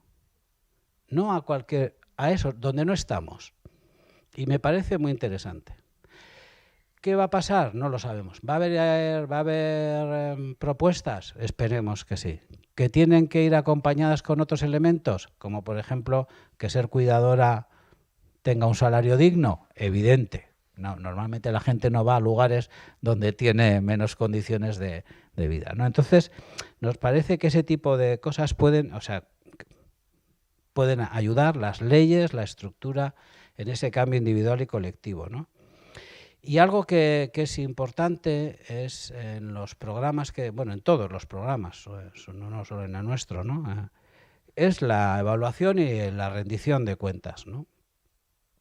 Y yo creo que lo que nos aparece muchas veces es tener en cuenta por lo menos dos elementos. El contexto, por lo menos en los programas que yo creo que fomentan la igualdad y la lucha contra la violencia machista, ¿no? A la hora de evaluarlos, no quedarnos estoy convencido que esto lo tenéis todo el mundo en la cabeza, no quedarnos en los números, ver los cambios cualitativos, ver los cambios de comportamiento, los cambios en las propias organizaciones que tienen que llevar a cabo los programas, porque si no tienen, ¿no? Ya lo habéis hablado antes de los equipos, ver cómo se hacen durante todo el proceso, durante la asignación de presupuestos. O sea, no solo con evaluación de la charla de hoy, me ha gustado mucho, es simpático el ponente, habrá que ir más allá, ¿no? Habrá que además mirar la participación en esa evaluación y a la hora de dibujar los programas de las propias personas a las que nos dirigimos.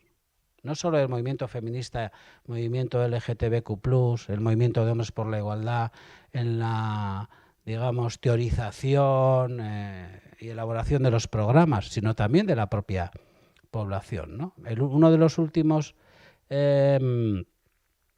programas en los que estamos colaborando se llama Brothers, ¿no? Está dirigido fundamentalmente a hombres jóvenes y es una web de escucha, donde escriben, preguntan, intercambian, donde no les decimos... Para eso habrá luego otros foros, para sacar de ahí, ¿no?, dónde están sus ámbitos de preocupación, no los que tengo yo, que igual son muy distintos a los que tiene la población con la que voy a intervenir, ¿no?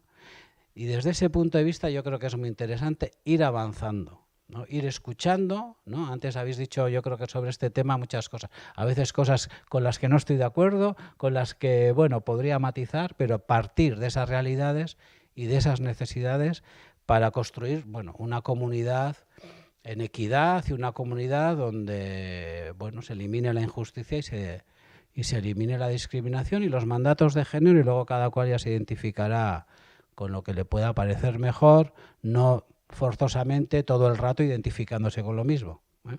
Yo la idea que tengo de ser hombre ahora es muy distinta que cuando tenía 16 años, afortunadamente, ¿no? Pero quiero decir, cambiamos, ¿no? Cambiamos en ese sentido, ¿no? Lo que yo creo que no tendríamos que cambiar, y recogiendo algunas de las ideas que habéis dicho las anteriores ponentes, es la voluntad de transformación a unas sociedades y a unas comunidades más justas, ¿no? Bueno, cuando se abre, ¿no?, también este espacio de conversación, creo que es interesante también esta mesa por ¿no?, lo que han ido aportando tanto Geraldine como Josecho, y os animo a, bueno, pues a coger también, ¿no?, la portavocía y poder aportar, bueno, pues las preguntas, las reflexiones que queráis o que consideréis en este momento, así que es vuestro el turno. Carmencita, me coges ahí el micrófono y... A ver, lo que yo creo es que es verdad que ambos temas están estrechamente relacionados. Desde mi punto de vista, nosotras las mujeres parimos la tierra. Nosotras, o sea, este mundo existe y está ahí, se sostiene porque nosotras estamos y porque la tierra, que es redonda, esto ya tiene que ver con un tema ya más espiritual o cósmico, no sé cómo se pueda llamar, quizá esotérico, es femenina. Y es verdad que tenemos una responsabilidad y una carga muy grande, y no estoy diciendo que los hombres no sufren, porque el patriarcado es un sistema, que cuando se habla de patriarcado no se está hablando exclusivamente como algo que toque a los hombres en perjuicio de las mujeres, sino que es un sistema que está enquistado en todas las áreas de la vida y nos afecta a todos por igual. Entonces, mi propuesta es que nosotras, a donde vayamos, seamos una semilla formativa que podamos transformar la conciencia de cada niño y de cada niña, que se empiece desde muy pequeñitos a transformar esa visión de lo que es ser femenino o de lo masculino. ¿Con qué se identifican ellos desde muy temprana edad y qué les estamos dando? ¿Qué le estamos dando a los jóvenes para aportar a la sociedad? Creo que es un trabajo que no va a terminar nunca y espero que no termine, porque en realidad es que el machismo, el sexismo nos afecta a todos por igual. Obviamente, pues la violencia se ve más en las mujeres, pero es relacional, una cosa lleva a la otra y es a no parar por trabajar en la tierra, porque la tierra está sufriendo como sufrimos nosotras, es igual, y desde allí pues transformar esas masculinidades también, ¿no? Y ayudarlos, porque yo sé que los hombres también sufren.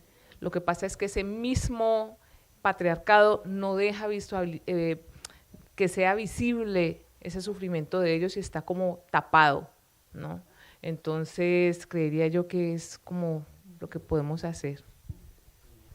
Hola, yo solamente quería matizar que por supuesto que el patriarcado es una camisa de fuerza que nos constriñe a ambos géneros o sexos y que nos dice y nos condiciona en cómo ser mujer o cómo ser hombre, pero que por supuesto yo creo que no nos afecta a todos por igual, que dentro del patriarcado hay una discriminación hacia las mujeres.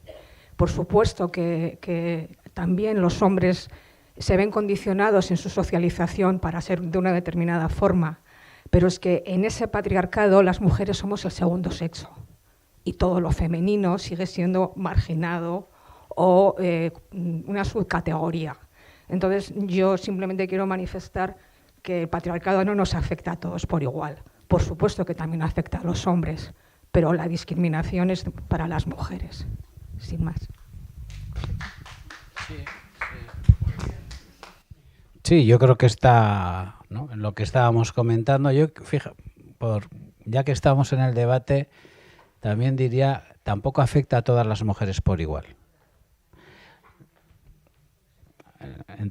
No hace falta, yo creo que extenderse mucho, ¿no? Hay otras condiciones, por eso la mirada interseccional me parece tan interesante, ¿no? De decir, bueno, hay contradicciones, las mujeres como un grupo homogéneo, ¿no? El feminismo.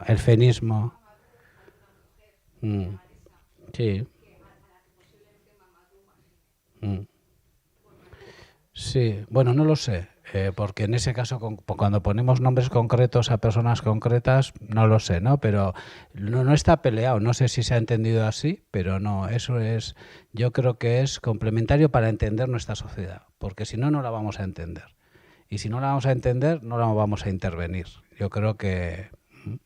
Y son contradicciones que el feminismo afortunadamente ha puesto encima de la mesa, ¿no? Entre las mujeres racializadas, entre las mujeres empresarias blancas de mujeres racializadas, en el trabajo doméstico, en la industria, en la política, donde las mujeres ocupan hoy, en nuestro contexto, muchos lugares y mucha posición. Solo están los datos para saber que no vivimos de una sociedad de esta del 80-20%.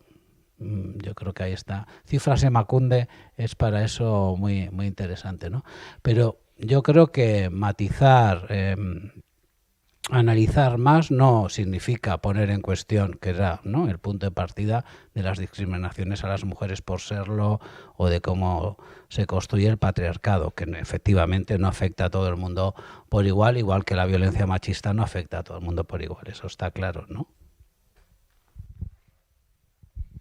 Bueno, Muchas gracias. La intervención me gustó eso cuando dices ser la semilla formativa y transformativa, y cuando hablaba de la cuestión de mujeres naturaleza. Creo que una de las cuestiones que ha utilizado mucho el sistema patriarcal es identificar mujeres con naturaleza. Entonces, ese es un tema, cuando habla del ecofeminismo, de una visión crítica, ese es algo de lo que hay que desmontar, porque es lo que históricamente se ha hecho, asociar el varón a la producción de cultura. Las mujeres somos naturaleza, unidas a lo más salvaje y eso. Entonces hay que tener cuidado como con esa naturalización de las mujeres. Es una nueva también aproximación que tenemos que hacer, porque eso puede llevar a que entonces ahora carguemos solo sobre las espaldas de las mujeres el tema del cuidado de la casa común. Y tiene que ser una responsabilidad compartida. Esto de la ecojusticia y el ecocuidado de la tierra compartida. Ya quieren muchos hombres que las mujeres, sí, ustedes son más sensibles más con la naturaleza, más ligadas a la naturaleza. Eso no nos ayuda, ¿verdad? Entonces es interesante sembrar esas otras semillas. Ahora, con lo que tú preguntabas. Mira, me ha venido así recordar a Monseñor Romero. Monseñor Romero decía, la serpiente a quienes muerden, una serpiente muerde al que va descalzo. O sea, que está en una situación de vulnerabilidad. Así, entonces, no nos afecta de la misma manera, no nos afecta igual. ¿Por qué? En este sistema, en esta sociedad en que vivimos, el ser mujer, y ahí hablo yo creo que en todas las regiones, religiones y lugares, el ser mujer en nuestro mundo marca una vulnerabilidad de ser violentada en alguna etapa de tu vida, en algún lugar, o no sé, pero de ser violentada. Y algunas gentes, sobre todo cuando yo he planteado esto desde Europa, dice, sí, es que ustedes pobres en América Latina, ustedes pobres en África, pobres las de Asia y tal, porque alguna gente dice, aquí no. Pues aquí sí. Aquí sí. Y a veces decimos, aquí, miren, en cualquier, como digo, de ser violentadas, sea siendo niñas, adolescentes, están mayores, estando en un espacio recreativo, estando en un espacio laboral, y si no en la iglesia. Pero es que es así, es que tenemos que analizar. Lo que pasa es, ¿por qué decimos mucha gente que no, aquí eso estamos muy liberada, muy avanzado? Y pues me he encontrado con situaciones, digo, no. ¿Cuál es el problema? Es que lo hemos normalizado. Y saben, cuando una normaliza las relaciones, ya pues te parece que no pasa, no, es normal, no, pues bueno, pero eso son palabras. Y mira, ¿y qué? Y el acoso sexual, y las palabras, y esto que te discrimina. Es que no te das cuenta, lo has normalizado. Y si somos personas religiosas, está peor la cosa. Porque el patriarcado no solo es normalizado, es sacralizado. Y ahí lo dejo, porque si no digo muchas cosas. Bueno, no te vamos a cortar, ¿eh? Pues continúo con lo desacralizado. Para eso está la revuelta de las mujeres en la Iglesia. Dentro de esta sociedad nos encontramos con las religiones. Hablo en plural, porque desde la Iglesia católica, las iglesias, otro tipo de iglesias cristianas, hasta la mezquita, está llena del poder del hombre sobre la mujer. Eso no hemos podido evitar por más que hemos luchado. Yo tengo ya muchos años y toda mi vida me he pasado luchando por este tema. Y conmigo muchas mujeres. Y no hemos logrado nada. Y en estos momentos vemos una derechización o radicalización en la Iglesia aún mucho más fuerte. Entonces que seamos conscientes y que sigamos en la lucha. Eskerrik asko.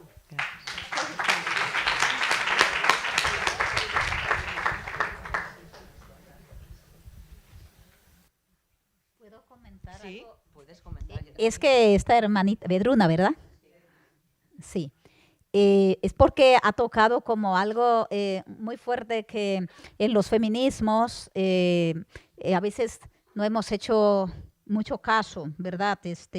Ustedes saben que la misma Marcha Mundial de las Mujeres no quería llamarnos a las religiosas, a la persona que estamos desde una perspectiva de la espiritualidad. Y cuando pasó por aquí, con la Marcha de las Mujeres, cuando aquí fue en Vigo, ¿no? Hace muchos años, invitaron, pero con una curiosidad así, a ver, estas que dicen. Fuimos Pepa Torres, Inma, de tu congregación misma, y yo. Y entonces a nosotras nos miraban, ¿y estas qué? Entonces, vamos a ver. Y fue interesante porque desde ahí no paró, pues es verdad, nos hemos descuidado, hemos olvidado una cuestión muy importante en las luchas feministas, ¿no? Es el diálogo con las teólogas, el diálogo desde la perspectiva religiosa.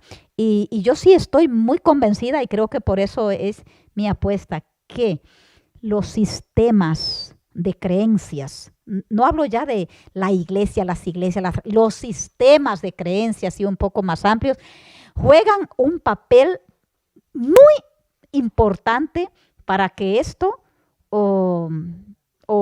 para que esto cambie, para que haya una demolición del sistema, porque se sostiene de ahí. Es que de verdad la cuestión religiosa tiene más poder de la que pensamos, y es dificilísimo a veces de cambiar porque se tarda mucho, porque la creencia no es algo que está aquí, o que bueno, haces un curso o te vas a un taller o haces unos ejercicios de un mes, no cae, no es así, son procesos mucho más lentos. Entonces yo sí creo que eso es importante tomarlo muy, muy en cuenta, y como tú decías, en todas las religiones y mujeres y procesos de emancipación de las mujeres no se han llevado bien, no se siguen llevando bien al día de hoy. Y eso, que las mujeres somos la mayoría aplastante en todas las religiones.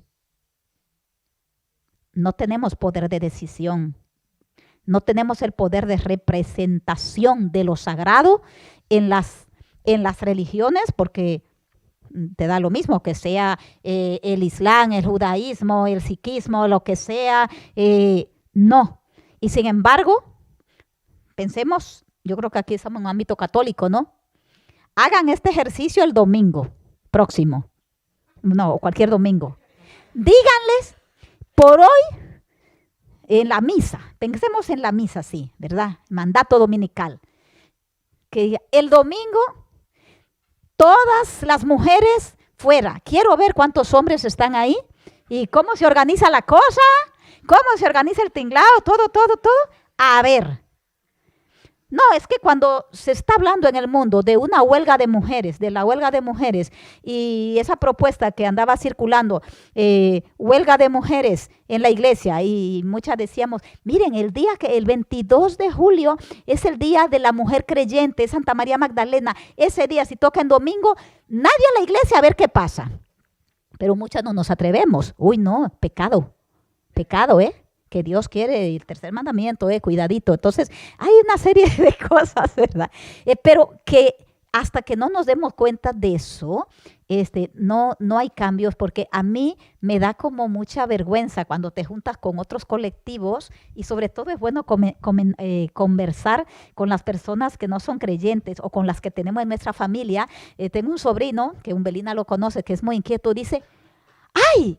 Y todavía no pueden hacer esto en la iglesia ustedes. Pero tía, pero qué retrógrado. Ay, dice, un chico de 20 años tiene ahora. Y se lo encuentra rarísimo. Dice, pero ahora es bueno dialogar estas cosas para que nos extrañemos, porque es que lo vemos como normal. Y claro, hay cambios que se van dando en la iglesia, pero todavía migajas. Marijosé.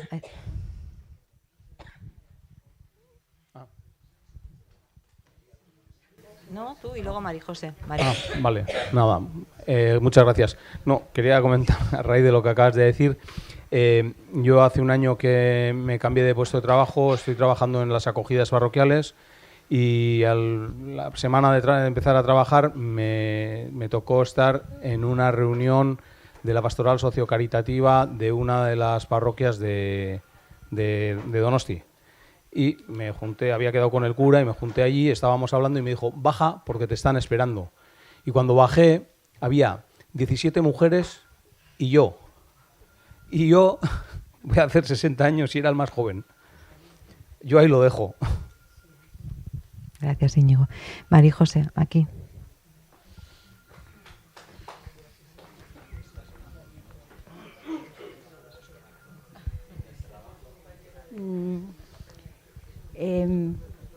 ¿Se me oye? Acércate y... Sí. Me estaba acordando de otro encuentro que tuvimos mujeres de Cáritas en noviembre por el Día contra la Violencia de Género y de Violencia Machista, y que nos ponías el ejemplo de la lectura del Buen Samaritano. Si la persona a la que atacan fuera una mujer, que nos planteáramos lo que pensaríamos, ¿no? La visión es muy distinta, ¿no? Y eso me lleva también a otra reflexión. ¿Por qué la mayoría de los que llegan en pateras son hombres? Y pensaba en ese cajón de la masculinidad, ¿no? Yo pensaba, son más enérgicos, son más decididos, son más arriesgados, más aventureros. Y Mabel me volvía a cortar, me volvía a cambiar la idea y dice, no, es que ni siquiera llegan a la patera, ¿no? El mundo se ve desde los ojos de los hombres, ¿no? Por el patriarcado o por lo que sea. Otro aspecto más, no solo el ecofeminismo, yo creo que, y en estos días me parece que hay que resaltarlo, los movimientos por la paz deberían ser sobre todo feministas, ¿no? O desde el lado de las mujeres, las que más sufren las consecuencias. Como población civil son madres, hijas o esposas, ¿no? de otros que se matan en las guerras. Y no solo ahora, en estas guerras que además matan a población civil y no son guerras de soldados, ¿no?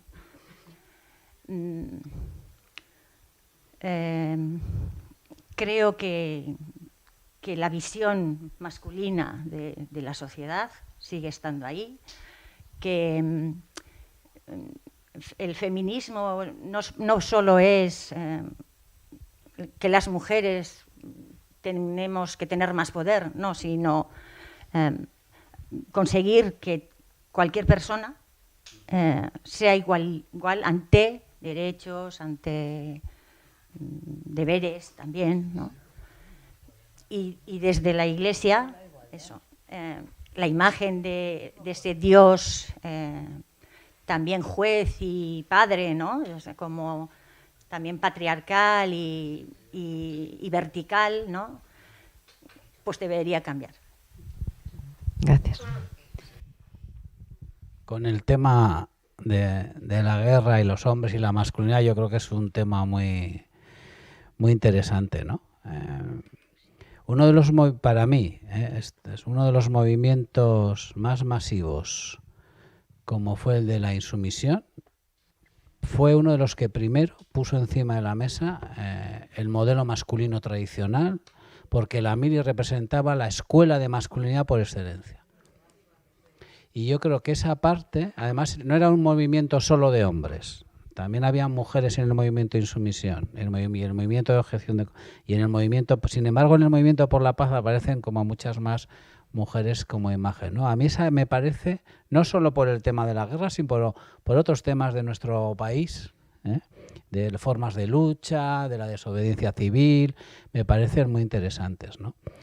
Y a veces se utiliza para, digamos, subrayar los efectos negativos del patriarcado en los hombres, ¿no? Uno de los ejemplos que sale siempre cuando hablamos de esto con otros hombres muchas veces es, bueno, en Ucrania la obligación de los hombres de quedarse en el país en servicio militar y que el ejercicio de defensa armada y de la guerra sea exclusivamente masculino. Tenemos otros ejemplos como el ejército de Israel, que lo hace para las dos y que, digamos, sabemos que es un ejército genocida, ¿no? Esa reflexión en los tiempos que hoy vivimos me parece más necesaria que nunca.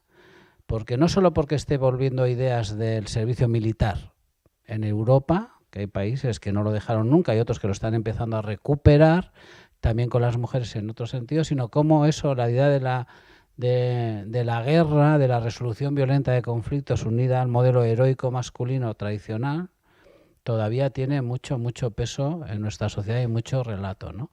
Entonces yo creo que eso es un reto que tenemos ahora, donde vivimos, como decíais, con mucha normalidad, un genocidio allí, una guerra aquí, ahora, ¿no?, una invasión, un bombardeo unilateral, ¿no? Y siempre poniéndonos en esa especie de blanconegrismo, que esto no, digamos, absoluto, de absolutos, de sininones. Eso es. ¿Estás aquí o estás allá? ¿No? Es como estás en contra que bombardeen a la población civil de Irán, entonces no estás a favor de que las mujeres no tengan derechos, ¿no? Esas falacias que desde quienes defienden de verdad la guerra y la industria del armamento, pues hoy están en día. Y a mí me parece que esa reflexión entre los hombres es muy necesaria. La relación, no me quiero enrollar con esto, de la masculinidad y la violencia como un elemento válido, individual, de resolución de conflictos, ya no solo colectivo y estructural, sino individual, es muy importante. La mayor parte, siguiendo siendo como la violencia machista de agresores los hombres, la mayor parte de las víctimas de los hombres son los hombres. O sea, de los 400, 350 asesinatos que hay en el Estado español, pero seguimos siendo los agresores, los victimarios.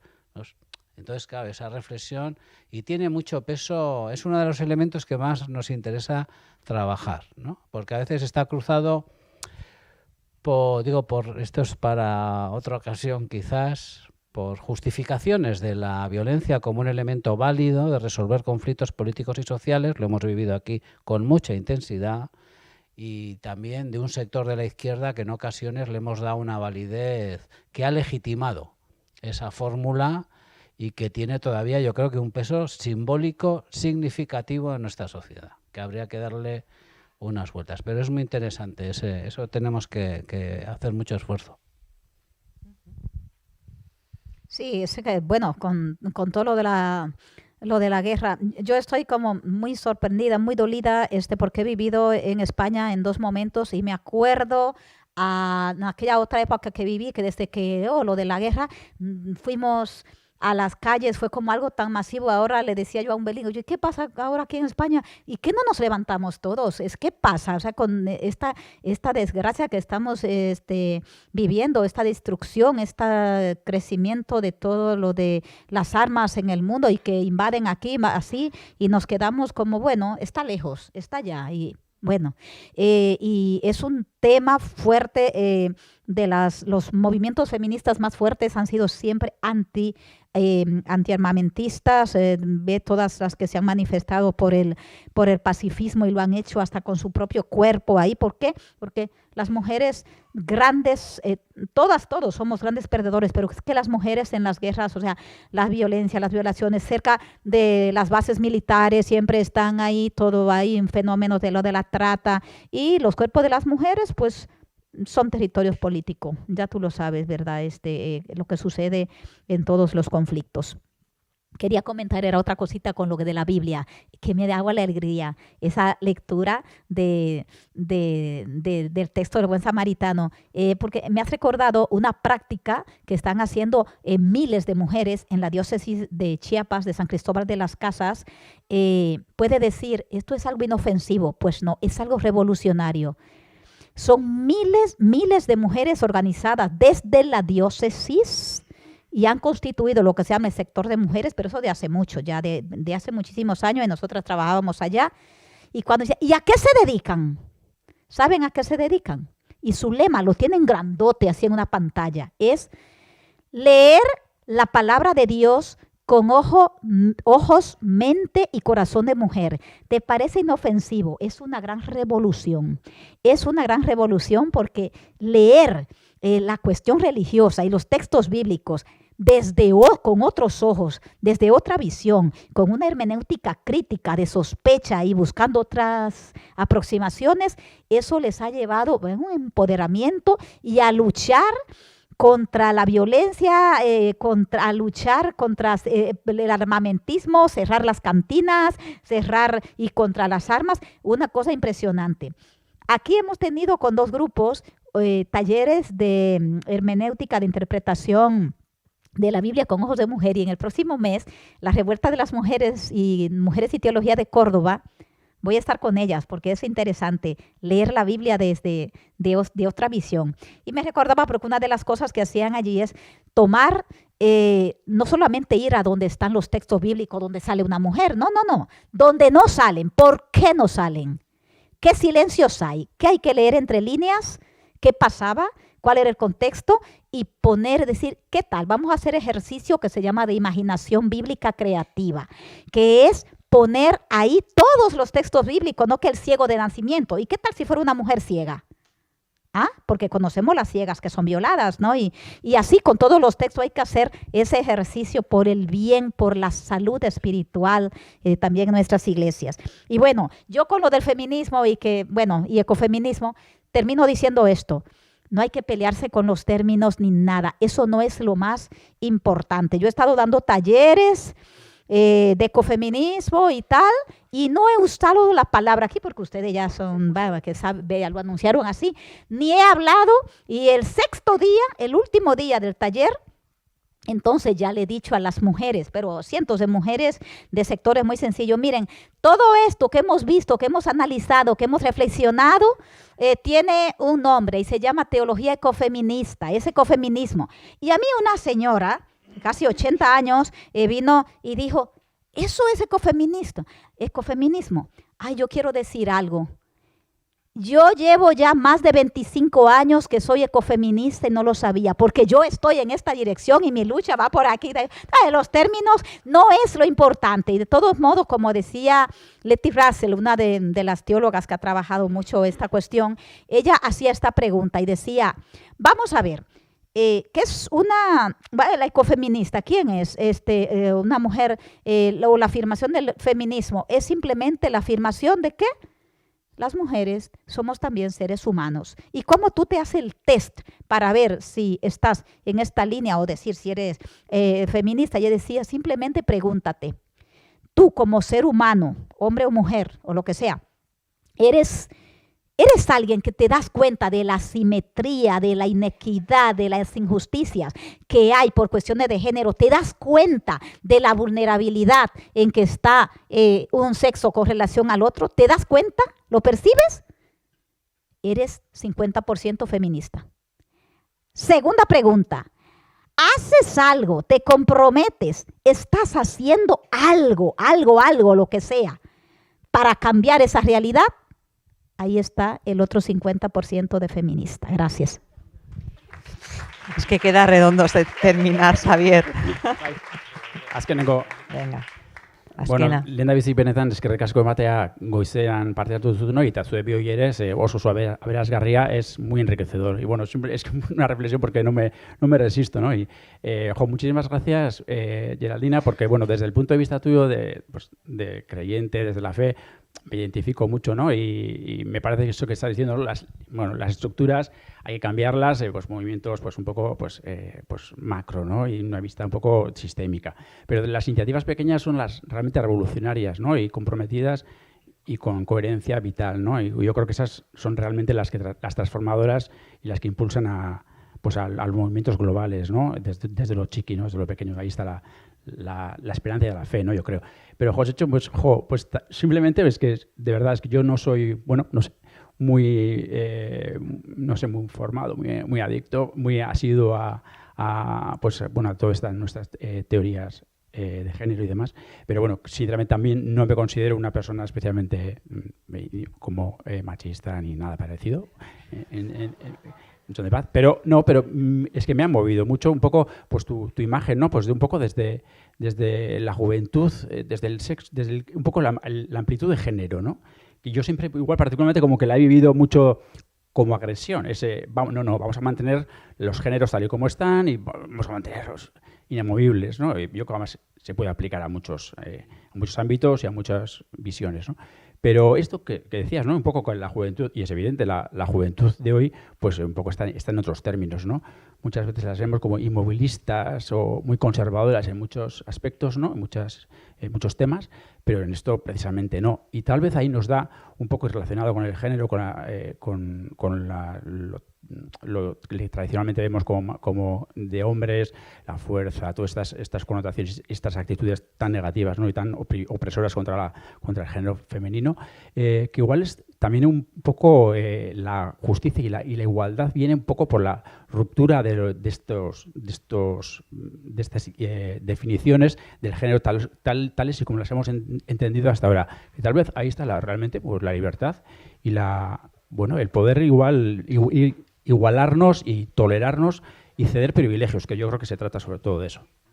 Eskerrik asko benetan. Sí, ¿no? Bueno, pues txalo bero bat para Josecho y para Geraldine. Vamos a cerrar la jornada con las compañeras, con Karima y con Saioa de la Comisión de Igualdad. Bueno, gaur ez gara soilik data bat oroitzeko elkartu, borrokaren, erresilentziaren eta eraldaketaren istorio bat aitortzeko elkartu gara. Emakumeen nazioarteko egunak gogorazten digu lortutako eskubideak ez direla opari bat izan, baizik eta denboran zehar milioika emakumeren aleginaren eta iraunkortasunaren fruitua. Emakumeek gizartean duten garrantziaz hitz egitea ez da keinu simboliko bat, errealitate sakon bat aitortzea da. Emakumeek bizitza sostengatzen dute hainbat dimentsiotan, familietan, lan eremuan, hezkuntzan, zaintzan, voluntariotzan, ekonomia formalean zein informalean, erabakigunetan eta baita askotan modu ikusezinean aleginak beti aitortzarik jasotzen ez duten tokietan ere. Gizartea aurrera doa emakumeek aurrera egiten dutenean. Hasi egiten da haien ahotsa entzuten denean. Indartzen da haien parte hartzea osoa eta baldintza berdinetan bermatzen denean. Izan ere, berdintasuna ez da soilik emakumentzako justizia kontua. Giza garapenerako ezinbesteko baldintza da. Sin embargo, sabemos que aún persisten brechas salariales, laborales, sociales, culturales, persisten estereotipos, desigualdades estructurales y situaciones de vulnerabilidades que afectan de manera especial a las mujeres, especialmente a aquellas que acompañamos cada día desde nuestra misión social. Por eso, desde la Comisión de Igualdad de Cáritas, asumimos un compromiso claro y firme. Nuestro trabajo no es decorativo ni puntual, es un proceso continuo de transformación interna y externa. Revisamos nuestras prácticas, impulsamos formaciones y sensibilizaciones. Promovemos protocolos que garantizan entornos seguros y generamos espacios donde la voz de las mujeres sea escuchada y valorada. Trabajar por la igualdad dentro de nuestra institución es coherente con nuestra identidad. No podemos hablar de dignidad humana si no promovemos la igualdad real. No podemos acompañar procesos de inclusión social si no cuestionamos las desigualdades que atraviesan nuestras propias estructuras. La Comisión de Igualdad es un espacio de reflexión, pero sobre todo de acción. Es un motor que nos invita a mirar con perspectiva crítica, a detectar desigualdades invisibles, a construir relaciones más justas y a fomentar una cultura organizacional basada en el respeto, la corresponsabilidad y la equidad. Hoy queremos poner en valor cada paso dado, cada formación realizada, cada debate abierto, cada mejora implementada. Puede parecer pequeño, pero cada avance suma. Y cuando sumamos esfuerzos, transformamos realidades. Que este encuentro no sea un punto final, sino un punto de impulso, que salgamos de aquí con una convicción renovada. La igualdad no es una meta lejana, es una tarea cotidiana. Se construye en nuestras decisiones, en nuestro lenguaje, en nuestra forma de acompañar y de liderar y de servir. Muchas gracias.